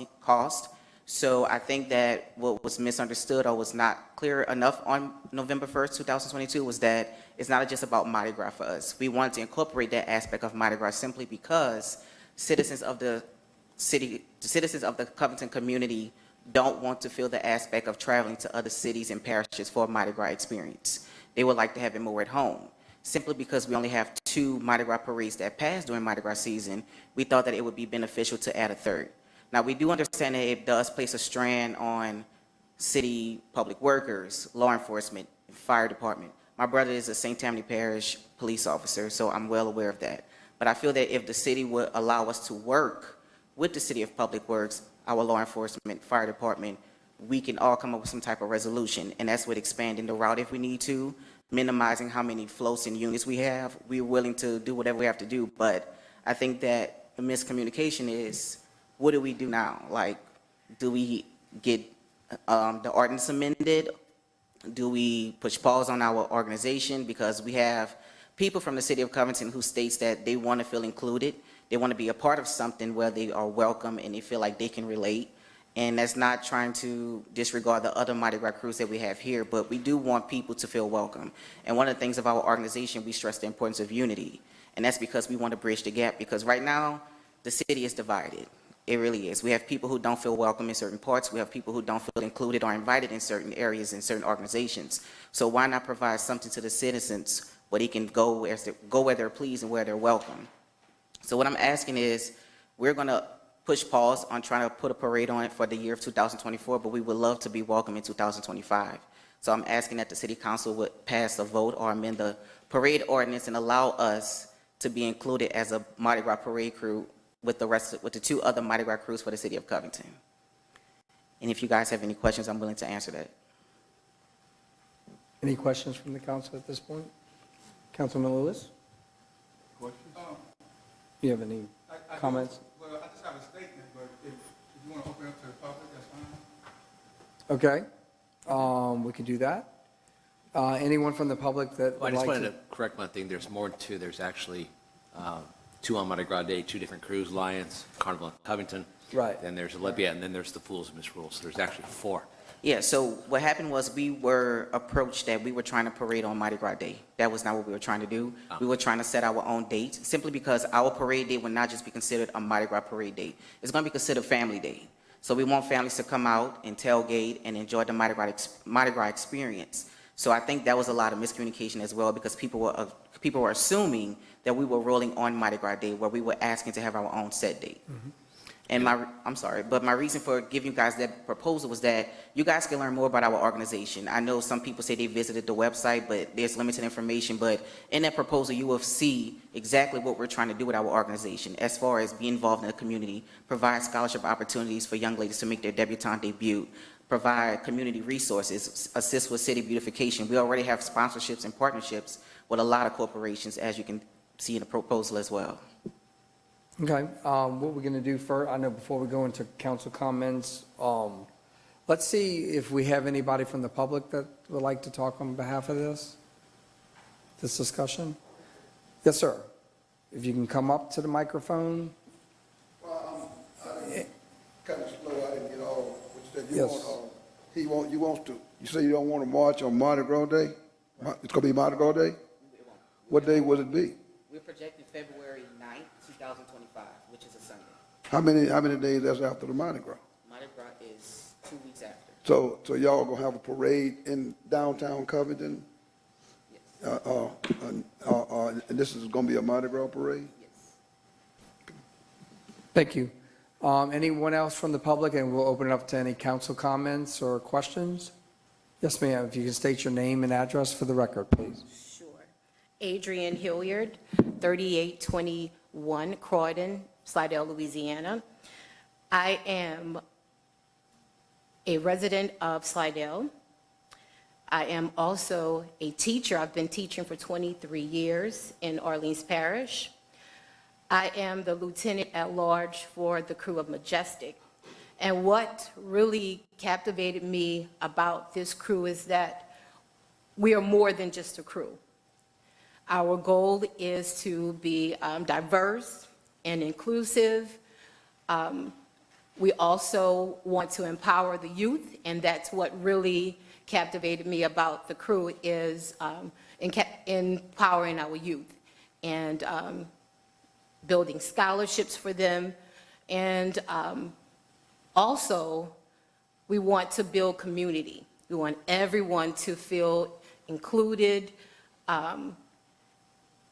and that's what we're all about. Building communities, volunteering, anything to make the community better. That's what the crew is all about. Thank you. No problem at all. Thank you. Anyone else from the public before we go to council questions? Yes, ma'am.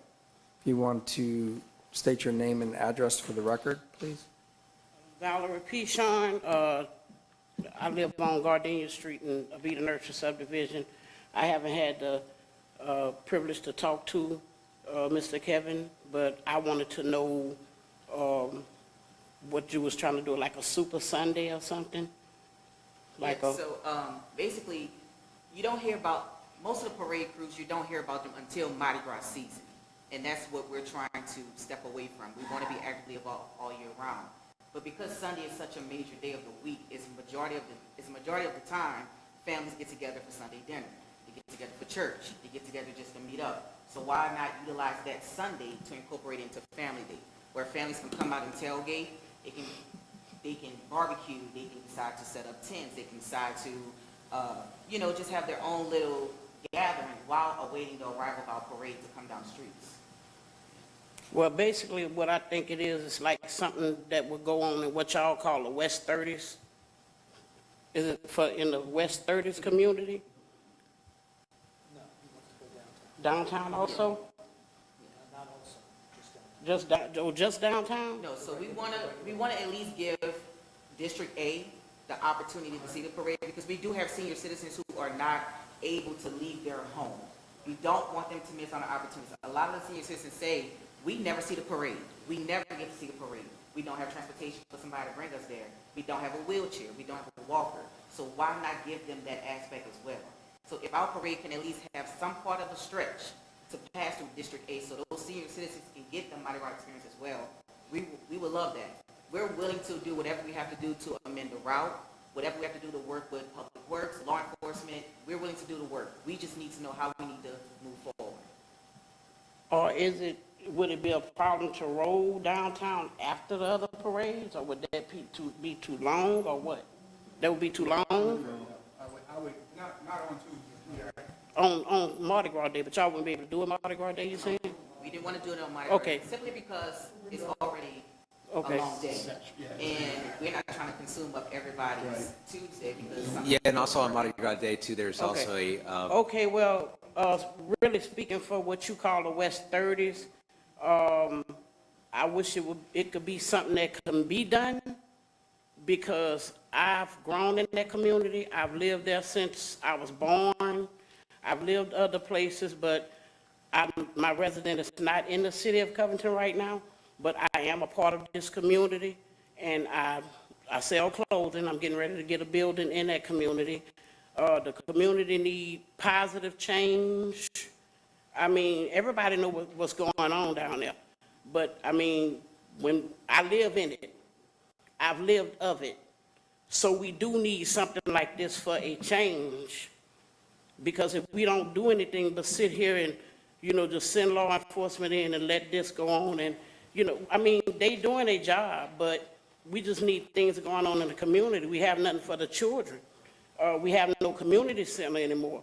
We have no recreation center anymore. We need it in the community. Some people can't leave the community, they don't have transportation. I mean, it's nothing to do. We lost everything we had. I mean, growing up, we had the community center, we had dances, we had the ball field. We need to bring that back. We need to change these children's lives. They need somewhere to go. We have the Boys and Girls Club. I'm raising 9 nieces and nephews. I couldn't get them in the Boys and Girls Club. They didn't have room years ago. They have room now. But when they turn, what's the age of the Boys and Girls Club? Where do they go? After 16, where do they go? What do they know? They go to the courthouse. They go to the jailhouse. There's nothing here. They're not being taught etiquette. I mean, I'm working with a lot of people in the community because we're trying to change things. We need etiquette classes. We're trying to work on some stuff.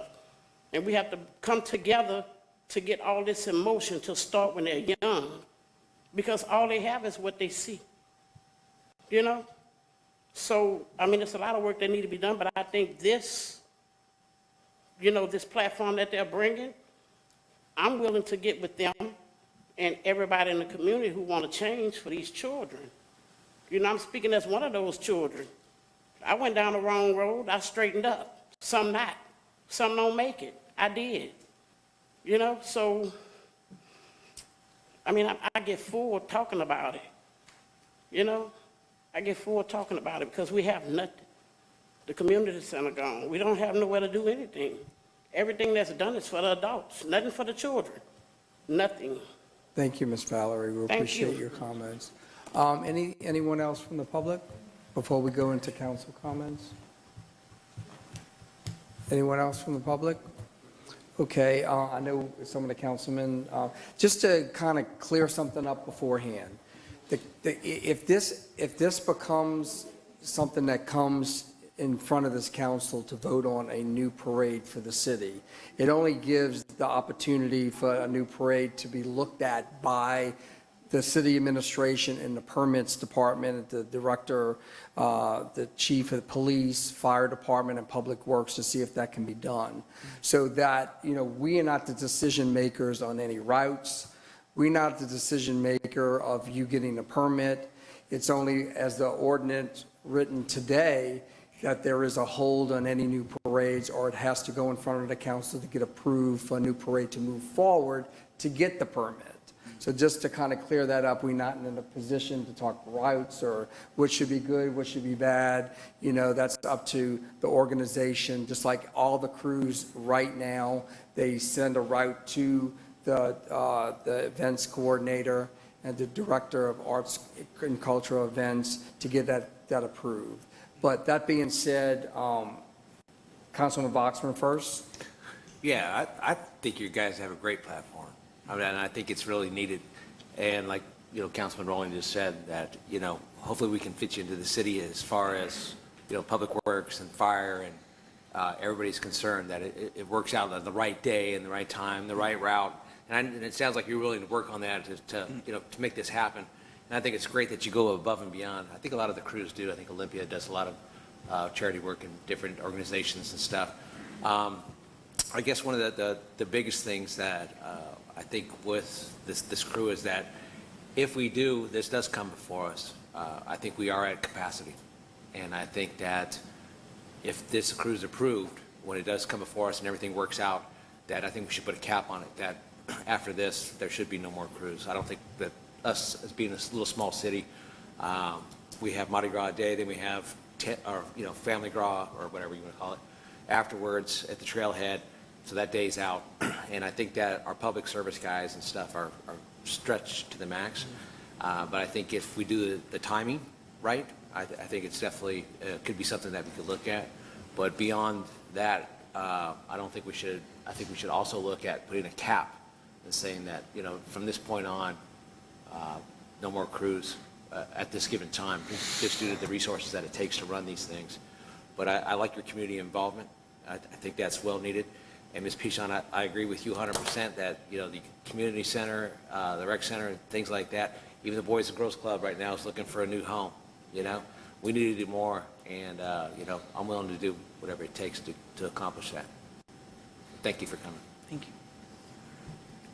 From Mr. Goss.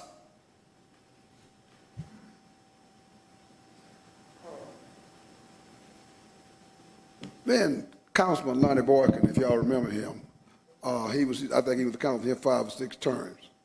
But we started the Martin Luther King program in 1989 when the community center was still there. We marched. This was the town hall over here where the police station at, right here. This was the town hall. We marched from here to the community center, and everybody had the fun. And also, we started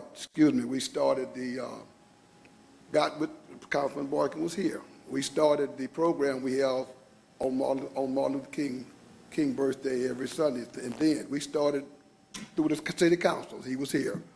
And that's why we have it on Martin Luther King birthday every year. When Martin Luther King got assassinated, I was in the hospital in Charleston, South Carolina, just got back from Vietnam. So we started that then. Our name is on the plaque up here by the swimming pool. Our organization, we got that park named after Peter S. Atkins Park. So stuff that we did, and we started that program, and I'm proud that the city continued to do it back then. Now this program, this young man, I don't know a whole lot about it, but it's a program that would help the community center. We also we do baseball right now, NAACP, and the more people involved with kids, girls and boys, play after school's out. We played it for about 2 months, just getting kids involved. We're not getting a lot of the black kids, a lot of kids involved in the city like we used to, because the city don't do what it used to. You just told me they fixed the park out here. That's where we played football at for 20-some years. We started in 1979. Little Viking. In fact, Little Vikings is still here, I believe. We won 12 championships. I'm working for the post office, so I got my time off to do the work with the kids. We got all kinds of kids. That field by the school down here in front of our church, in front of Greater Starlight, stayed full every day, 5 days a week, 4 teams out there was practicing football, 4 days a week. And that's our place where we played at. So we don't have that no more. Because we got all these people on the computer now, and that's where the kids are. We do have right now, we getting together with little baseball after school. Girls and boys, don't care what color yet. We're doing pretty good with them, just trying to get kids involved. But a long time, as we got older, and people didn't step up and do anything, the city wasn't doing what they used to do. They closed that park down out there. They fixed it up right now. That was one of the main places to go. Mr. Goss. And all the stuff they give it up. Mr. Goss, we appreciate your comments. But I'm just I know saying that we- what this young man do, let's see if we can step I forward and try to appreciate get him that. involved. I know we want to try to stay on subject on the Okay, the parade, subject of but this- I appreciate the Okay, well, the comments. subject of what he's trying to do might help the community, because the community's Right. not doing anything now. And we need the appreciate kids that. involved. Thank you. We appreciate that. Any other comments from the public? Councilman Smith. Thank you. Well, is President Kevin? Come up here, if you don't mind. All right. Again, I think your heart's in a good spot because you're caring about the kids in the community and trying to figure out things to do. But that, your organization with the people that are joining that are still welcome to do things for kids. Don't get me wrong.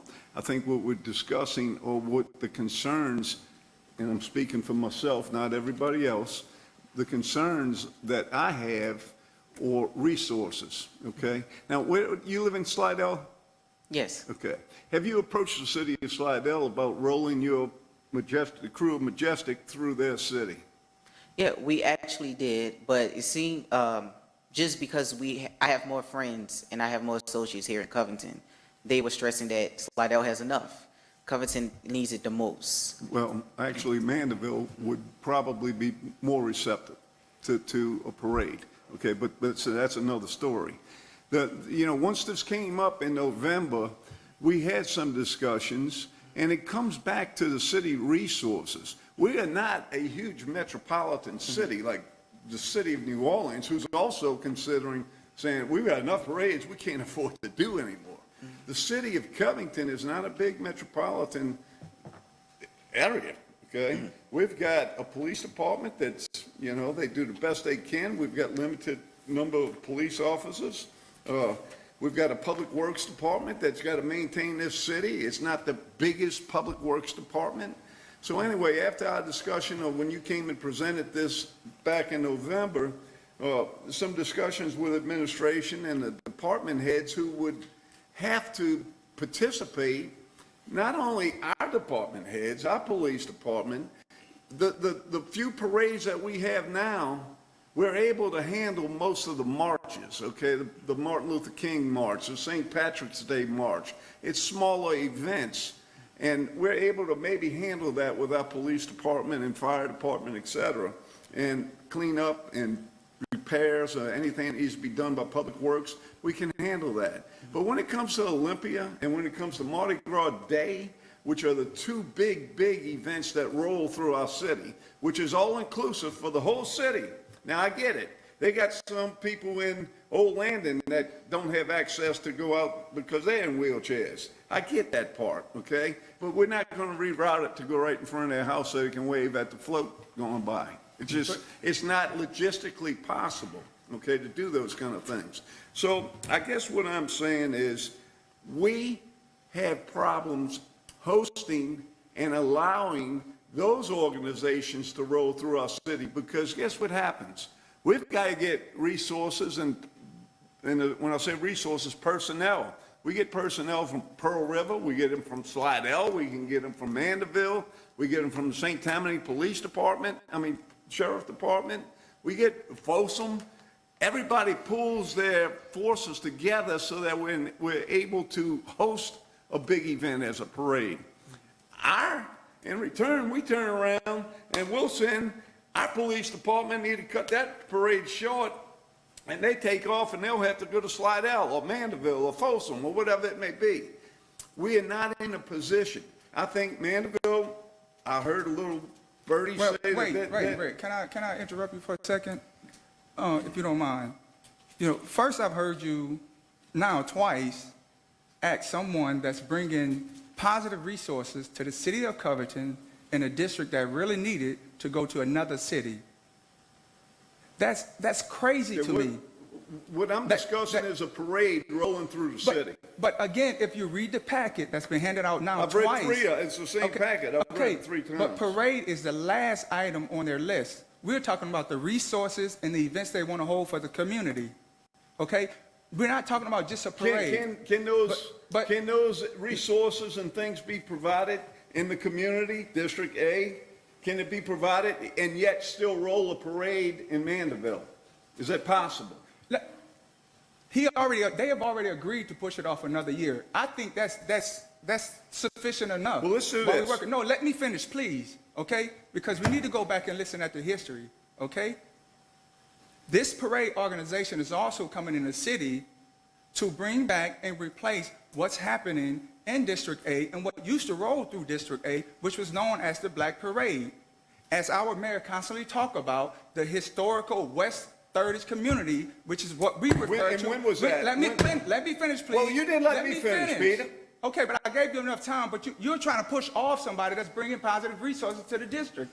Our kids need that. That's not appropriate in my opinion. Let me ask you, when did this parade that you speak of roll? Because I've been in the city over 30 years, and I don't remember when it rolled. Let me give you a whole breakdown. Hold on. Let me give you a whole breakdown. Hold on.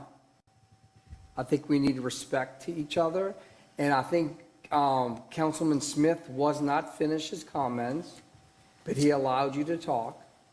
Okay, there's no reason to raise anybody's voice up here, all right? So if you want Mr. Smith to finish, or Mr. Smith, you want Councilman Lewis to finish, that's fine. But I think we need to keep it cordial, okay? So, Mr. Smith. This has nothing to do with who's included, okay? It's not, let me tell you, this almost has a racial tension to it, and it shouldn't be that way. I've got black friends that live in this city that I laugh and party on the parade route on Mardi Gras Day with. It's all inclusive, okay? The bottom line that I'm getting to is to run a parade through our city costs the city a lot of resources, manpower, employees that get disgruntled. We have a tough enough time maintaining employees in this town, okay? What I would like to do, and I'm not going to put them on the spot, but if they would like to chirp in right now, we do have the police chief here and the fire chief here. I don't know if they're prepared to speak about it, but I would like to know if you guys could come up and just tell me what type of strain does this put on your departments when we host a parade? Councilman Smith, what I'd like to ask, the very first thing that has to happen is the council has to pass a resolution. And I think that's the appropriate time to have that conversation. I don't think tonight them appearing, this is not the time to discuss whether the stresses and strains that we have been talking about for 2 years. We do not have a handle on Mardi Gras Day. Exactly. It has grown beyond our capabilities, and we are trying to dig our way out of that and figure out what we're going to do. But respectfully, I mean, if they want to come up, I wouldn't stop them, but I'd like to postpone this conversation until subsequent to a resolution being passed. Right. Or at the time that we're having that conversation. And when I started this, that's what I stated. Basically, it's a discussion that if you want to go ahead and tell us what the plans might be, that's great, but it really starts with a resolution that just allows another parade to maybe hit the city with permitting being approved by the city department heads. So that being said, I mean, the discussion on routes and who should do this and who shouldn't do this, it's really not in this ballpark right now. We're way ahead of the game.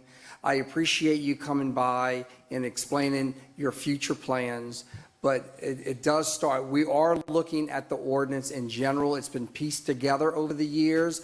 I know the police department, also the fire department, myself, the safety committee are going to get together, look at the ordinance in general, because if you read it, it does kind of move around a lot, just because over the years, people put things in that needed to be corrected, but when you read it, there is a little confusion on it. So I think that being said, that's the number one thing that needs to happen.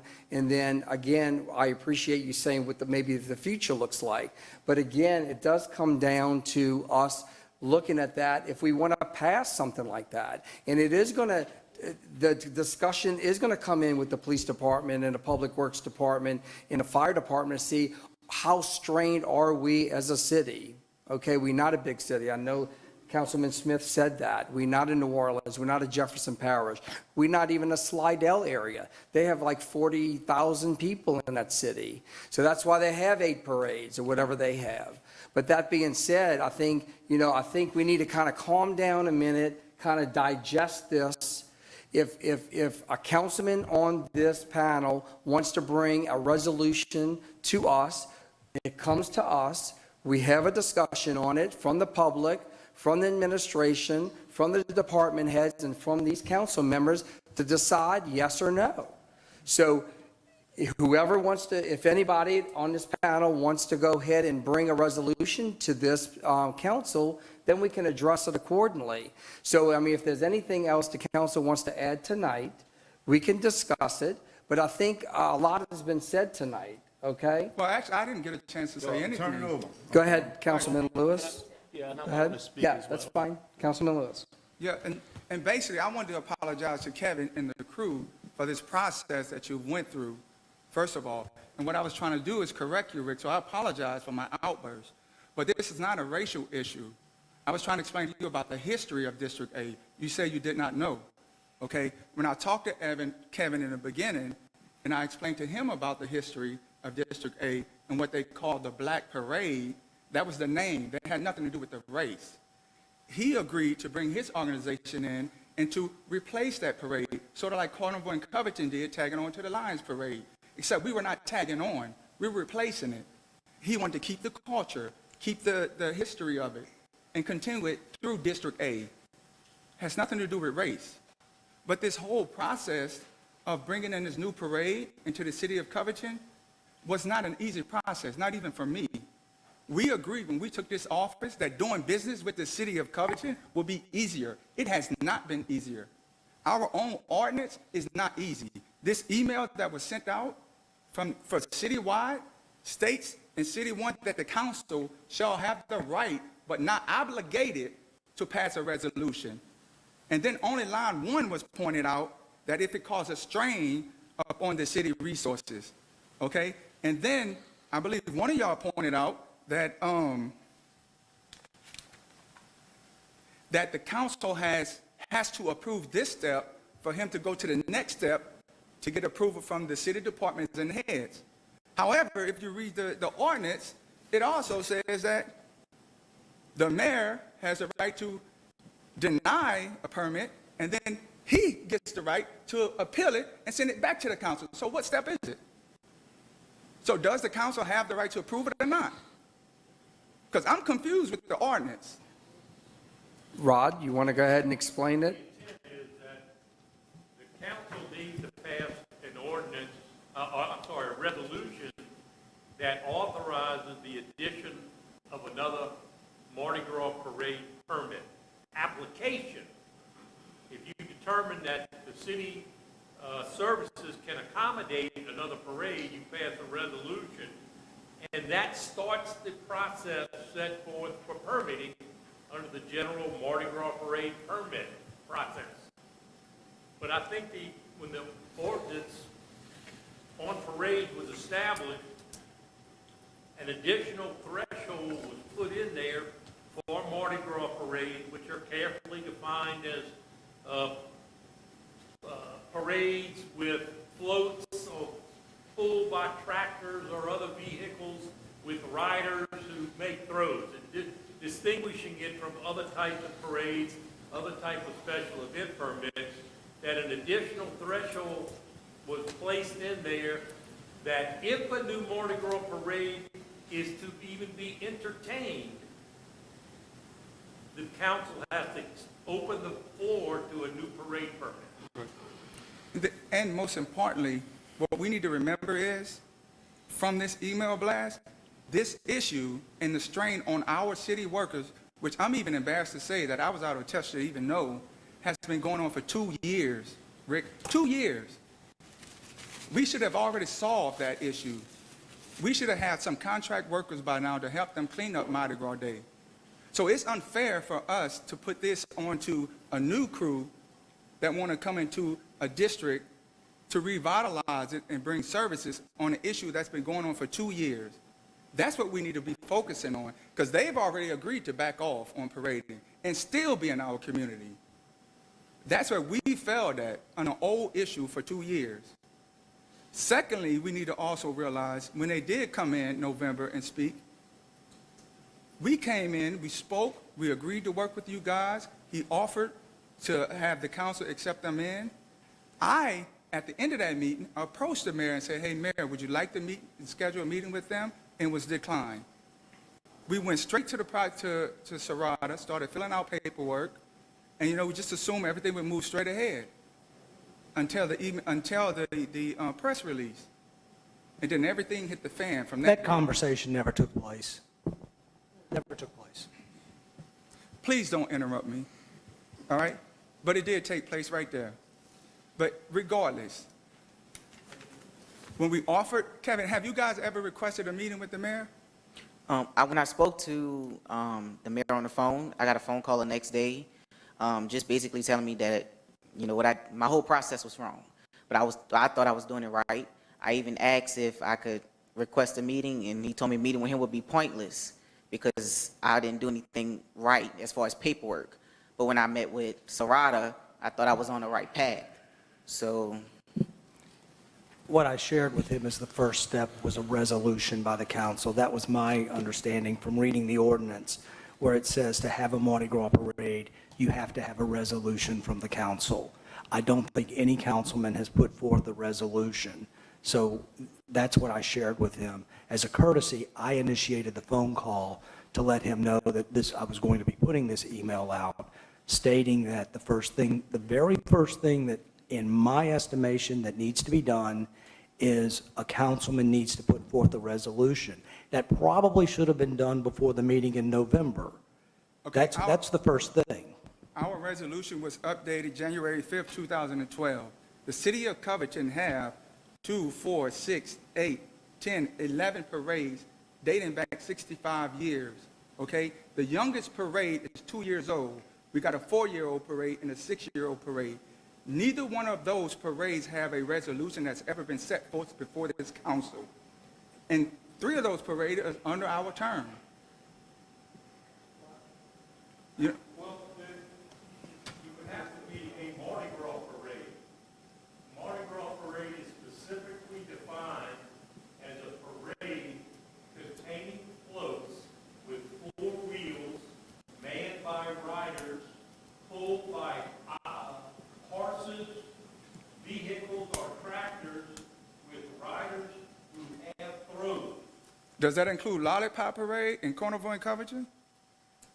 Do they have floats with 4 wheels pulled by tractors carrying riders throwing throws? I've seen some in Carnival and Covington. Doesn't that roll on Tuesday? I mean, that's how Mardi Gras parade is defined. I guess my point is, if we're going to treat every crew one way, we need to treat them all the same. My point is not to come here and argue and create divide. My point is for this council to look at all the information, look at our ordinance, and we need to fix it. They came here with positive attitude to bring us a good organization, and we're here giving them bad vibes. That is not doing good business with anybody, regardless of who they are. I understand. I think at this point, we have to get a resolution sponsored by a council person to start the process. I mean, I can't really talk about what maybe happened in the past, but I know we can move forward to the future. I think there might have been just miscommunication on both sides. Who knows? I wasn't in those conversations. I don't know. But that being said, we're not going to make any headway unless we just don't move, we have a positive outlook and move forward and see how it plays itself out. We'll have the people that it affects at the table, and that we'll hear comments from them and see how we can move forward on it. Councilman Love, will you have something? No, I didn't get to speak. I was trying to let everybody else talk. But, okay, first off, the presentation is really good. I'm a marketing person, so I appreciate it. I also think you did, as far as the organization itself, board of directors, super important, involving kids so that there's longevity, because a lot of the crews just come, it's a party, come to town, leave town, but the kids are like, even with Olympia, they have the ladies in waiting, and then the maids, and then they grow up, and then their kids become, the ladies in waiting. So you have to have that for a crew. So I'm in Iris in Louisiana, in New Orleans, Jesus, it's late, I haven't eaten dinner. And everyone has a philanthropic arm, so I think that's also very important. That's even Rex, that's what the debutante, all that stuff is philanthropic. So that's super important also, and a 501c3 has to be philanthropic. So anyway, so community engagement, obviously wonderful. So all of this is good. Y'all's business plan is great. I was thinking about it because one of the parades that Peter was talking about was maybe our St. Patrick's Day parade, which is a marching parade, so very different, obviously. But, and even I'm sure Olympia, and I don't know, I can't speak for Carnival, the Lions Club parade, but I would think some of these crews that are 70 years old probably crawled a little bit before they walked. So would y'all be open to, because people always ask me all the time, when are y'all going to expand your St. Patrick's Day route? And I always say, well, when it gets so busy that we physically have to, because it's real small right now. It was started to kind of help the businesses. And anyway, so it's real small throughout just downtown Covington. We don't have a lot of cars. It's marching, like old school.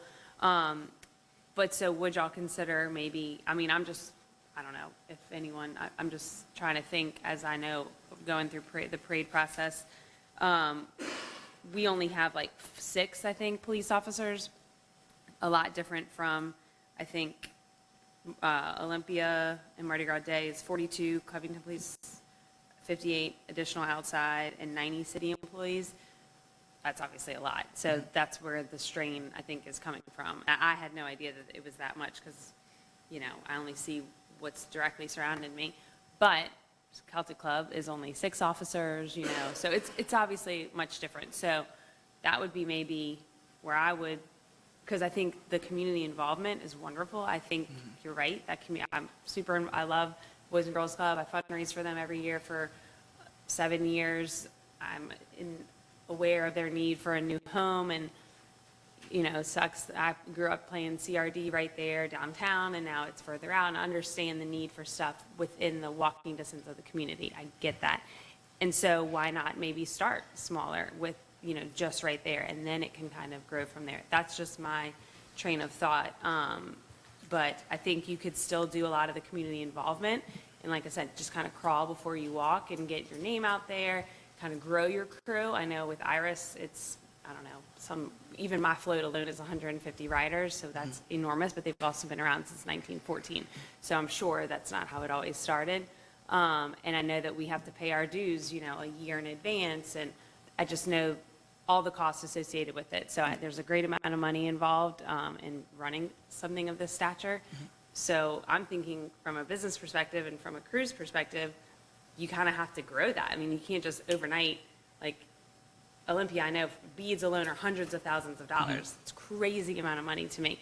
So I can't imagine that you could just say, I want to start a parade, and then you blink, and 6 months later, it's just such a big production. So anyway, that would just be my recommendation. Obviously, there's other things that have to go on. Yeah, so we established this in 2021. The board members are former members of Cruise in New Orleans. I also have friends who ride in Iris. So before we even presented this, before we even talked about coming to Covington, we had already established our board of directors. We already have contracts with float companies. We already have contracts with Mardi Gras bead companies for our plush and our throws.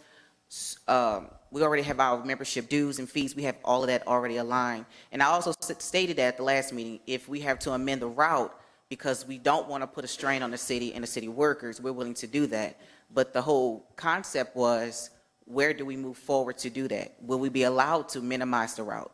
Will we be allowed to change and go on a different route or go on different streets if we're not allowed to parade through District A and downtown? So it's just like a lot of miscommunication. Even like with our press release simply stated that we were a new crew and we were looking for members. We didn't say hurry up and join so you can parade. Because the main thing is we want to get our message and mission out before people even talk about get on the float. It's beyond that. So. Okay, more comments? Let me just make a Councilman quick Verrett? comment from mine, since I haven't spoken on the issue yet. You came in November and you gave a presentation as to the ideas you had. I love the conversation about community. I love the conversation about doing more than just a simple parade. And I say simple because they're not simple. But I think when and if it comes before this council as a resolution, we're going to need some very big specifics in regards to the quote-unquote 11 floats. You say you're welcoming 5 bands, you're welcoming dance teams, you're welcoming car clubs. I think, at least from my perspective, and I know it's kind of difficult with the way the ordinance is written, but to come before us with an idea is one thing, but to come before us with specifics, how many riders. You know, we have a responsibility to the public to put on a good parade. And I think what we have is good. And we want to build on what we already have. So I'm going to take a closer look and a keener eye, if you will, as to someone coming, because how many riders, how many floats, what is locked in, what are we approving? And then I'm going to give a tremendous amount of deference to the professionals that deal with it, Public Works, police, fire. The route is one thing to say this is our thoughts, but it's another thing of what's realistic and the resources. So there is some language to Peter's point about the ordinance. Look, you know, we've been here since 1813. There's some stuff that needs to be looked at. But, you know, a strain for a city our size, we're less than 12,000 people. And you've heard the rancor about increases of paying for things. So I think we're going to have a lot more specific questions for you if indeed you want to do that. Feel free to reach out to administration, department heads, individual council members to get an idea. But you've got to have all this lined up, to Cody's point. I don't think, you know, it doesn't have to be a Mardi Gras parade. I'm not saying that you do or do not need to do it. But this is a huge undertaking. There's a reason why people come to see parades, because there's a lot of effort that goes into them. So that's just my comment. Thank you, Councilman Roberts. Yeah, I think everybody touched on everything I was going to say. One, being what Cody alluded to, I don't even know what it takes to put on a parade. I can only imagine, man. Like the number of things that you got to go through, the boxes you need to check, and then how do you get that in order to come to present it to us when we're the ones that need to get the ball rolling in the first place. And so it is very much a cart before the horse scenario. So I want to make sure that you're taking care of your due diligence while we do our due diligence, and it all kind of lines up. All that being said, the irony today, and I didn't know if I was going to talk about it or not, but it's come up to me. It's weird how I believe things happen for a reason all the time. You came here in November. There's a reason that you're standing here today, and I don't know if anybody knows what today is, but today is the assassination of Martin Luther King. And 2 hours ago was when he was shot on the balcony of the Lorraine Motel. And you say, here's a man coming into a community that's trying to do good things. And I do not want that to go unjust. I want to do our due diligence. If the answer is no, I want to have a legit reason that the answer is no, because there's no reason for us to say no right now because of what we feel. It's got to be a reason that is substantial enough to police and to fire and to safety for our community, and is it necessary? But the truth is, I like your morale. I love what you're doing. I love what you stand for. And I want to help you get to that point where, whether it's a no or not, we know that we did all our due diligence to get you to that point. So please know I'm definitely not going to be the person to just say no because it's a no, because it's not. That's all I have. Thank you, sir. Councilman Lewis? Yeah, and real quick to you, Kevin, I had a chance to meet with some of the department heads, and they're open to exchanging numbers with you. Chief Farrell's over there, and Chief Blocker, and Jim is in the back there. So, and they both suggested that you kind of get together with them and come up with some plans to see how or if they can make this happen for you. All right? And I'll be welcome to join too whenever you guys set that date. Okay. Thank y'all so much. One last comment? I think where it kind of got off at, he didn't want to do it for Mardi Gras, and let me just explain the history. Because it happened when I came up. It was a parade that happened after the parade in town. And the parade just went from the Cozy, which was the little ballroom, because the guy there is the one who initiated it. And it just ran down 29th, 28th, and came back to 29th. That's all that parade was, and I think that's what they're speaking of, but I think it's getting blown out of proportion to run it downtown where it takes the whole city to be involved. This parade, he don't want to do it on Mardi Gras, but he want to do it like a Super Sunday, but just I think if we could get together with people and just do it like for that area, like a Super Sunday, to bring something back to that community from the history of what we had. A lot of people here don't know the history because everybody's here new. I grew up with it, and it was just a simple parade route on 28th Avenue with the big square on 29th Avenue, you know, and it happened after that parade. But what he's speaking of is something like doing it on a Sunday, like a Super Sunday. And if we could get together with somebody and just minimize that to that area, for that community and all communities if they want to visit. It's just not for, you know, it's not a racial thing, but just minimize it to that community. Like you may do, like the Paw Parade, it's just a certain area. It's not the whole area like the big, you know, if we don't have it blown out of proportion. Like you say, if we could get with the chief, council members, and just draw like a business plan for this to happen. Thank you for your Something for the comments. community. We appreciate it. Thank you. Okay, so at this point, we want to thank Mr. Kevin McCaffin for coming out in the council comments. I think at this point, you know, when a resolution hits this council, we'll discuss it further and see how everything works out. But we appreciate you being here. Thank you. Thank you. Okay, we're going to move right into council on comments and reports. District A, Councilman Lewis.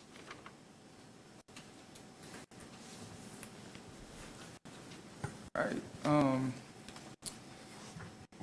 Again, District A got a few things happening, which is I'm always glad to announce. First thing we have, Saturday, April 29th, we have the adult prom, which has been hosted at the VFW this year. Starts at 7 p.m. For ticket information, just reach out to the VFW. That's on a Saturday, April 29th. We have the Easter Sunday Fun Day, which is being held on April the 9th from 1 to 7 at Peter Atkins Park. You want more information on that, you have to go to the Facebook page for Lance Brown. And then there is a Easter Sneaker Ball, Friday, April the 14th, and that's also hosted at the VFW from 8 to 12. And then coming up, we have our annual Juneteenth event. June 17th, we will have our Covington Fashion Show. We have entertainment, fashion show, Mr. and Miss Juneteenth, vendors, roundtable discussion. This year's theme will be celebrating freedom. Every chain is broken. We're looking for teenagers. And if we, of course, get enough donations, we'll be giving out scholarships like we did last year. Last year, we gave about $5,000 in scholarships that had to be used for educational purposes. That'll be Saturday, June 17th at the Furman Auditorium. And then, of course, June 19th, we will have the Freedom Parade, which will line up at Peter Atkins Park at 9 o'clock. And then we would parade to the Furman Auditorium again, where we have the ceremony and program also. And that's about it. Thank you, sir. Appreciate it. Moving on to District B, Councilman Boxford. All right, we'll get the updates for the food bank. The 21st annual golf tournament is being held May 9th at Beauchamp. It's the biggest annual fundraiser. They're actively seeking sponsors and raffle prizes in addition to golfers. There will be breakfast, lunch, dinner, and drinks and snacks along the course. Go to the northshorefoodbank.org/golf-tournament. The pandemic, SNAP benefits have ended, and registrations are increasing. They've experienced a 61% increase in registrations since SNAP benefits has ended. That's huge. So they need as much help as possible. A big shout out to Ginger Kunkel for her 40th birthday. She ran 40 miles. She started at the rec center here in Covington and ran all the way to Slidell. A lot of people ran with her along the way. She raised $6,000 for the North Shore Food Bank. I ran 12 miles and it killed me. I can't imagine 40. I mean, at 12, I was dying. So anyway, April's most needed items is Jiffy Mix oatmeal, low sodium soup, dry beans, and pasta. Another thing is the Easter egg hunt and crafts for kids, 10 to 12 on April 8th. The Youth Wellness, this is at the Trailhead. It's a great time. So they have like a lot of vendors out there. The kids love it and stuff. Got a lot of great sponsors for that. Another thing is to shop local. Come to our farmers markets. They're phenomenal. And I just want to wish everybody a very happy Easter. That's it. Thank you, sir. Moving on to District C, Councilman Roberts. Just, I guess before I get into comments, I want to make a comment that, I mean, kudos to all y'all, like the council, because we could easily rubber stamp everything and go home and be home for American Idol. I don't know what we're going to watch tonight, but the truth is, we sit up here and we have legit conversations about what we're trying to do for the city, and that's what we're supposed to be doing, even when we don't line up our eyes. It's what we're supposed to be doing. And so kudos to you guys for having those conversations. Don't ever make it personal. You're doing what's best for what you think is for this city, so keep doing what you're doing. I got a couple of phone calls about lifeguards. And reached out to the administration just to make sure we know the process. If you have somebody who is of 16 years old, I believe, Aaron, is that right? 16 years old, and they want to be a lifeguard, go get them over to City Hall, get them applied for a job, check the website, the applications are online, but get certified to become a lifeguard because we want to make sure the city pool opens up. And it's going to be a problem again this year, not just with the city pool, with pools in general. The city provides certification And the courses. city provides certification. You just put the application in. Thank you, Aaron. That's awesome. So, secondly, I know there's progress happening on Lurline, so thank you. It's nice to see it. I know it's 3 steps forward, 2 steps back, but it's still progress. So I'm looking forward to that too. And other than that, man, just, again, kudos to all y'all for doing what we do. We're doing the right thing, and it's going to happen for us how it's supposed to happen. So thank y'all. Thank you, sir. Moving on to District D, Councilwoman Ludwig. Okay, I'll keep it short and sweet. It's late. Happy Easter to everyone as well. Our Covington Celtic Club parade, it feels like it's been a while, but it really hasn't. We haven't met since then. Was wonderful. It boosted several local businesses in town, so I think probably our largest crowd. Beautiful weather and just awesome day all around. And then I forgot, bringing up the Boys and Girls Club, we got notice the other day that C.J. McCollum donated $20,000 to Covington, Slidell, and the NOLA metro area. So that, with the grants that they got a couple weeks ago or months ago, is a good little boost. But they do still need a home, so everyone please keep that if you have any real estate friends, as they have to leave at the end of the summer. That's about it for District D. Oh, hospital, sorry. April is Autism Awareness Month, and the hospital will highlight their efforts to care for the population, healthy living, and their website at the Abita Autism Fair on April 16th. So visit sdph.org for more information. That's it. Thank you, ma'am. Appreciate it. Moving on to District E, Councilman Verrett.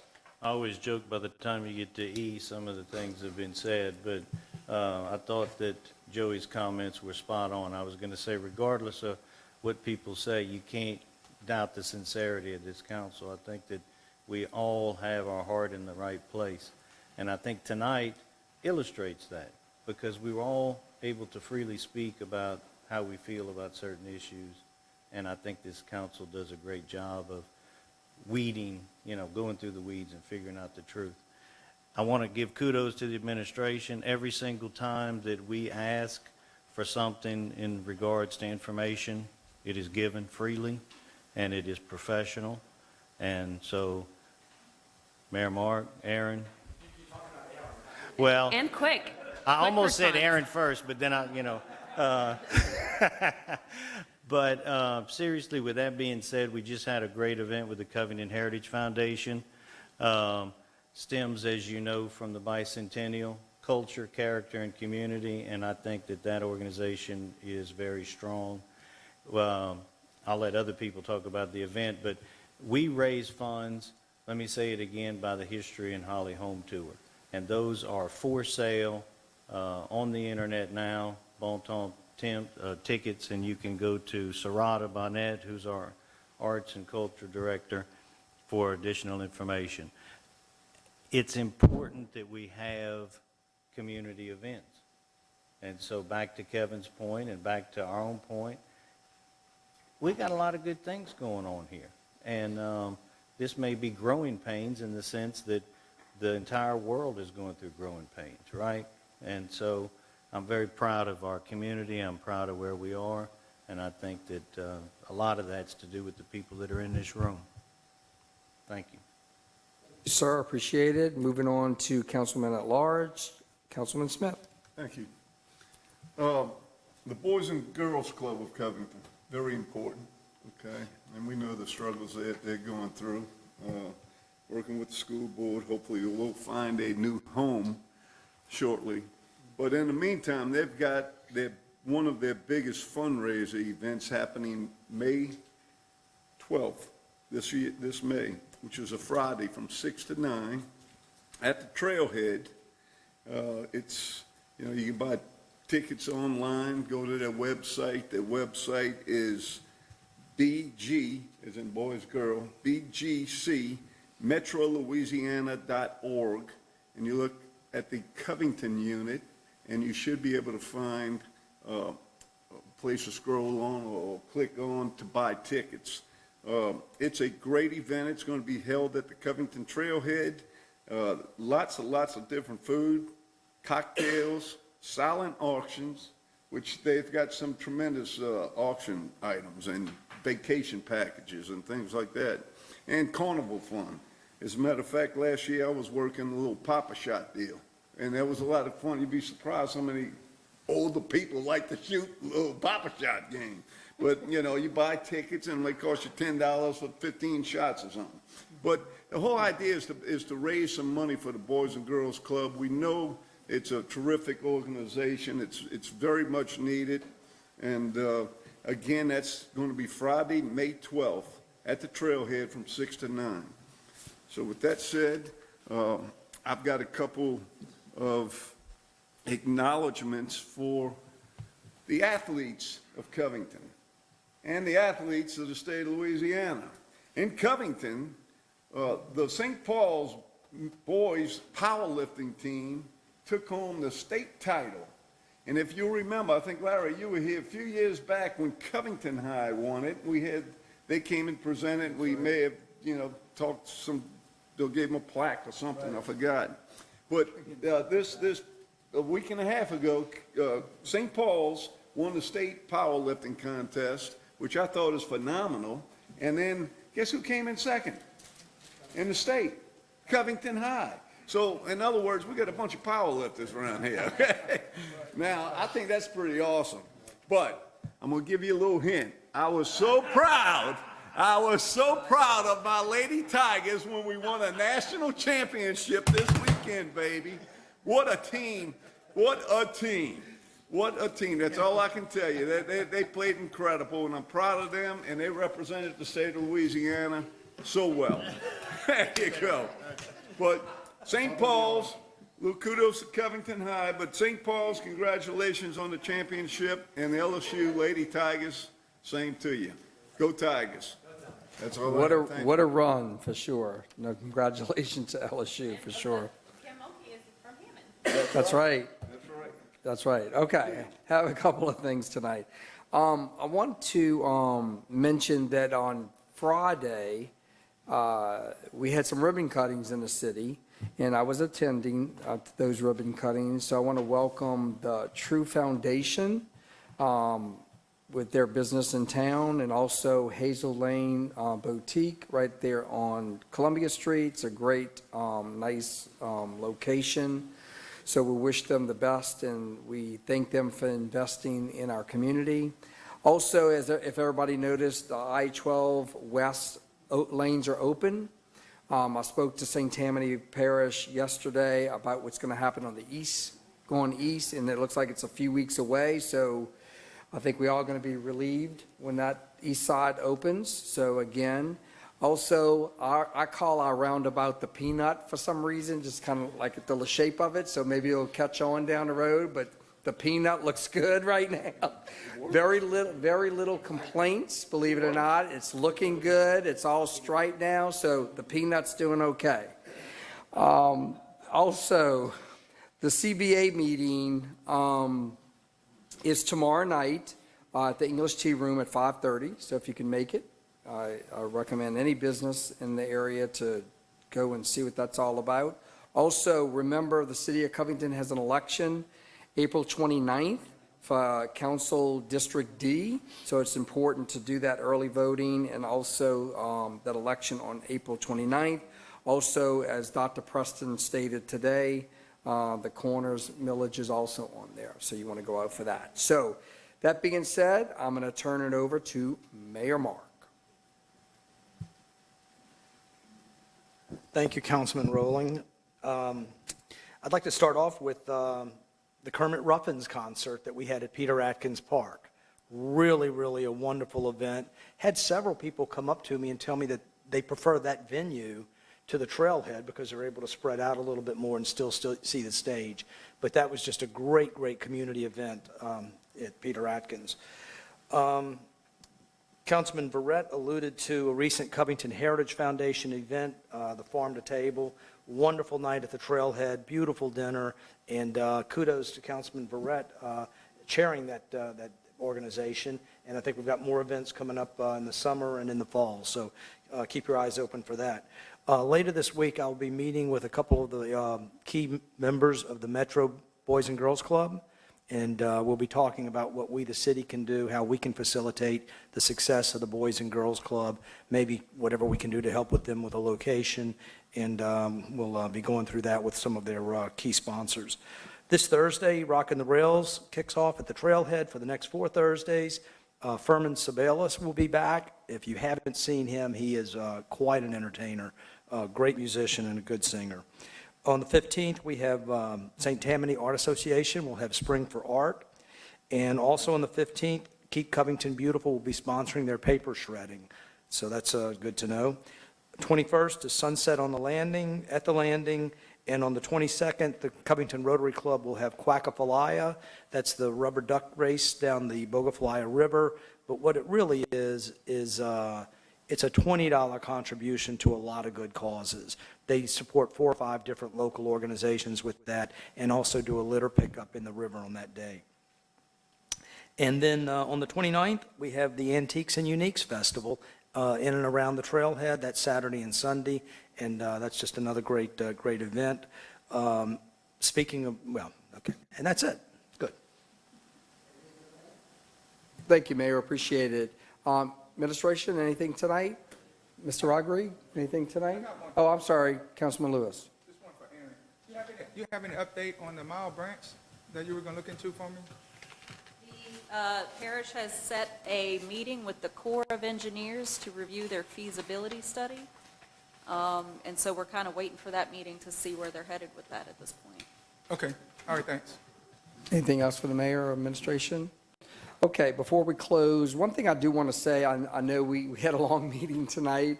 We have a lot of passion on this council. I mean, I think the citizens of Covington should be hopeful that the right people are up here on this council, and they're very passionate about this city, and they have really good heart. So that being said, our next meeting is May 2nd, sorry about that, my paper was hiding it, at 6 PM in these councils. Our May meeting will be then. I want to wish everybody a very happy Easter. This meeting is adjourned.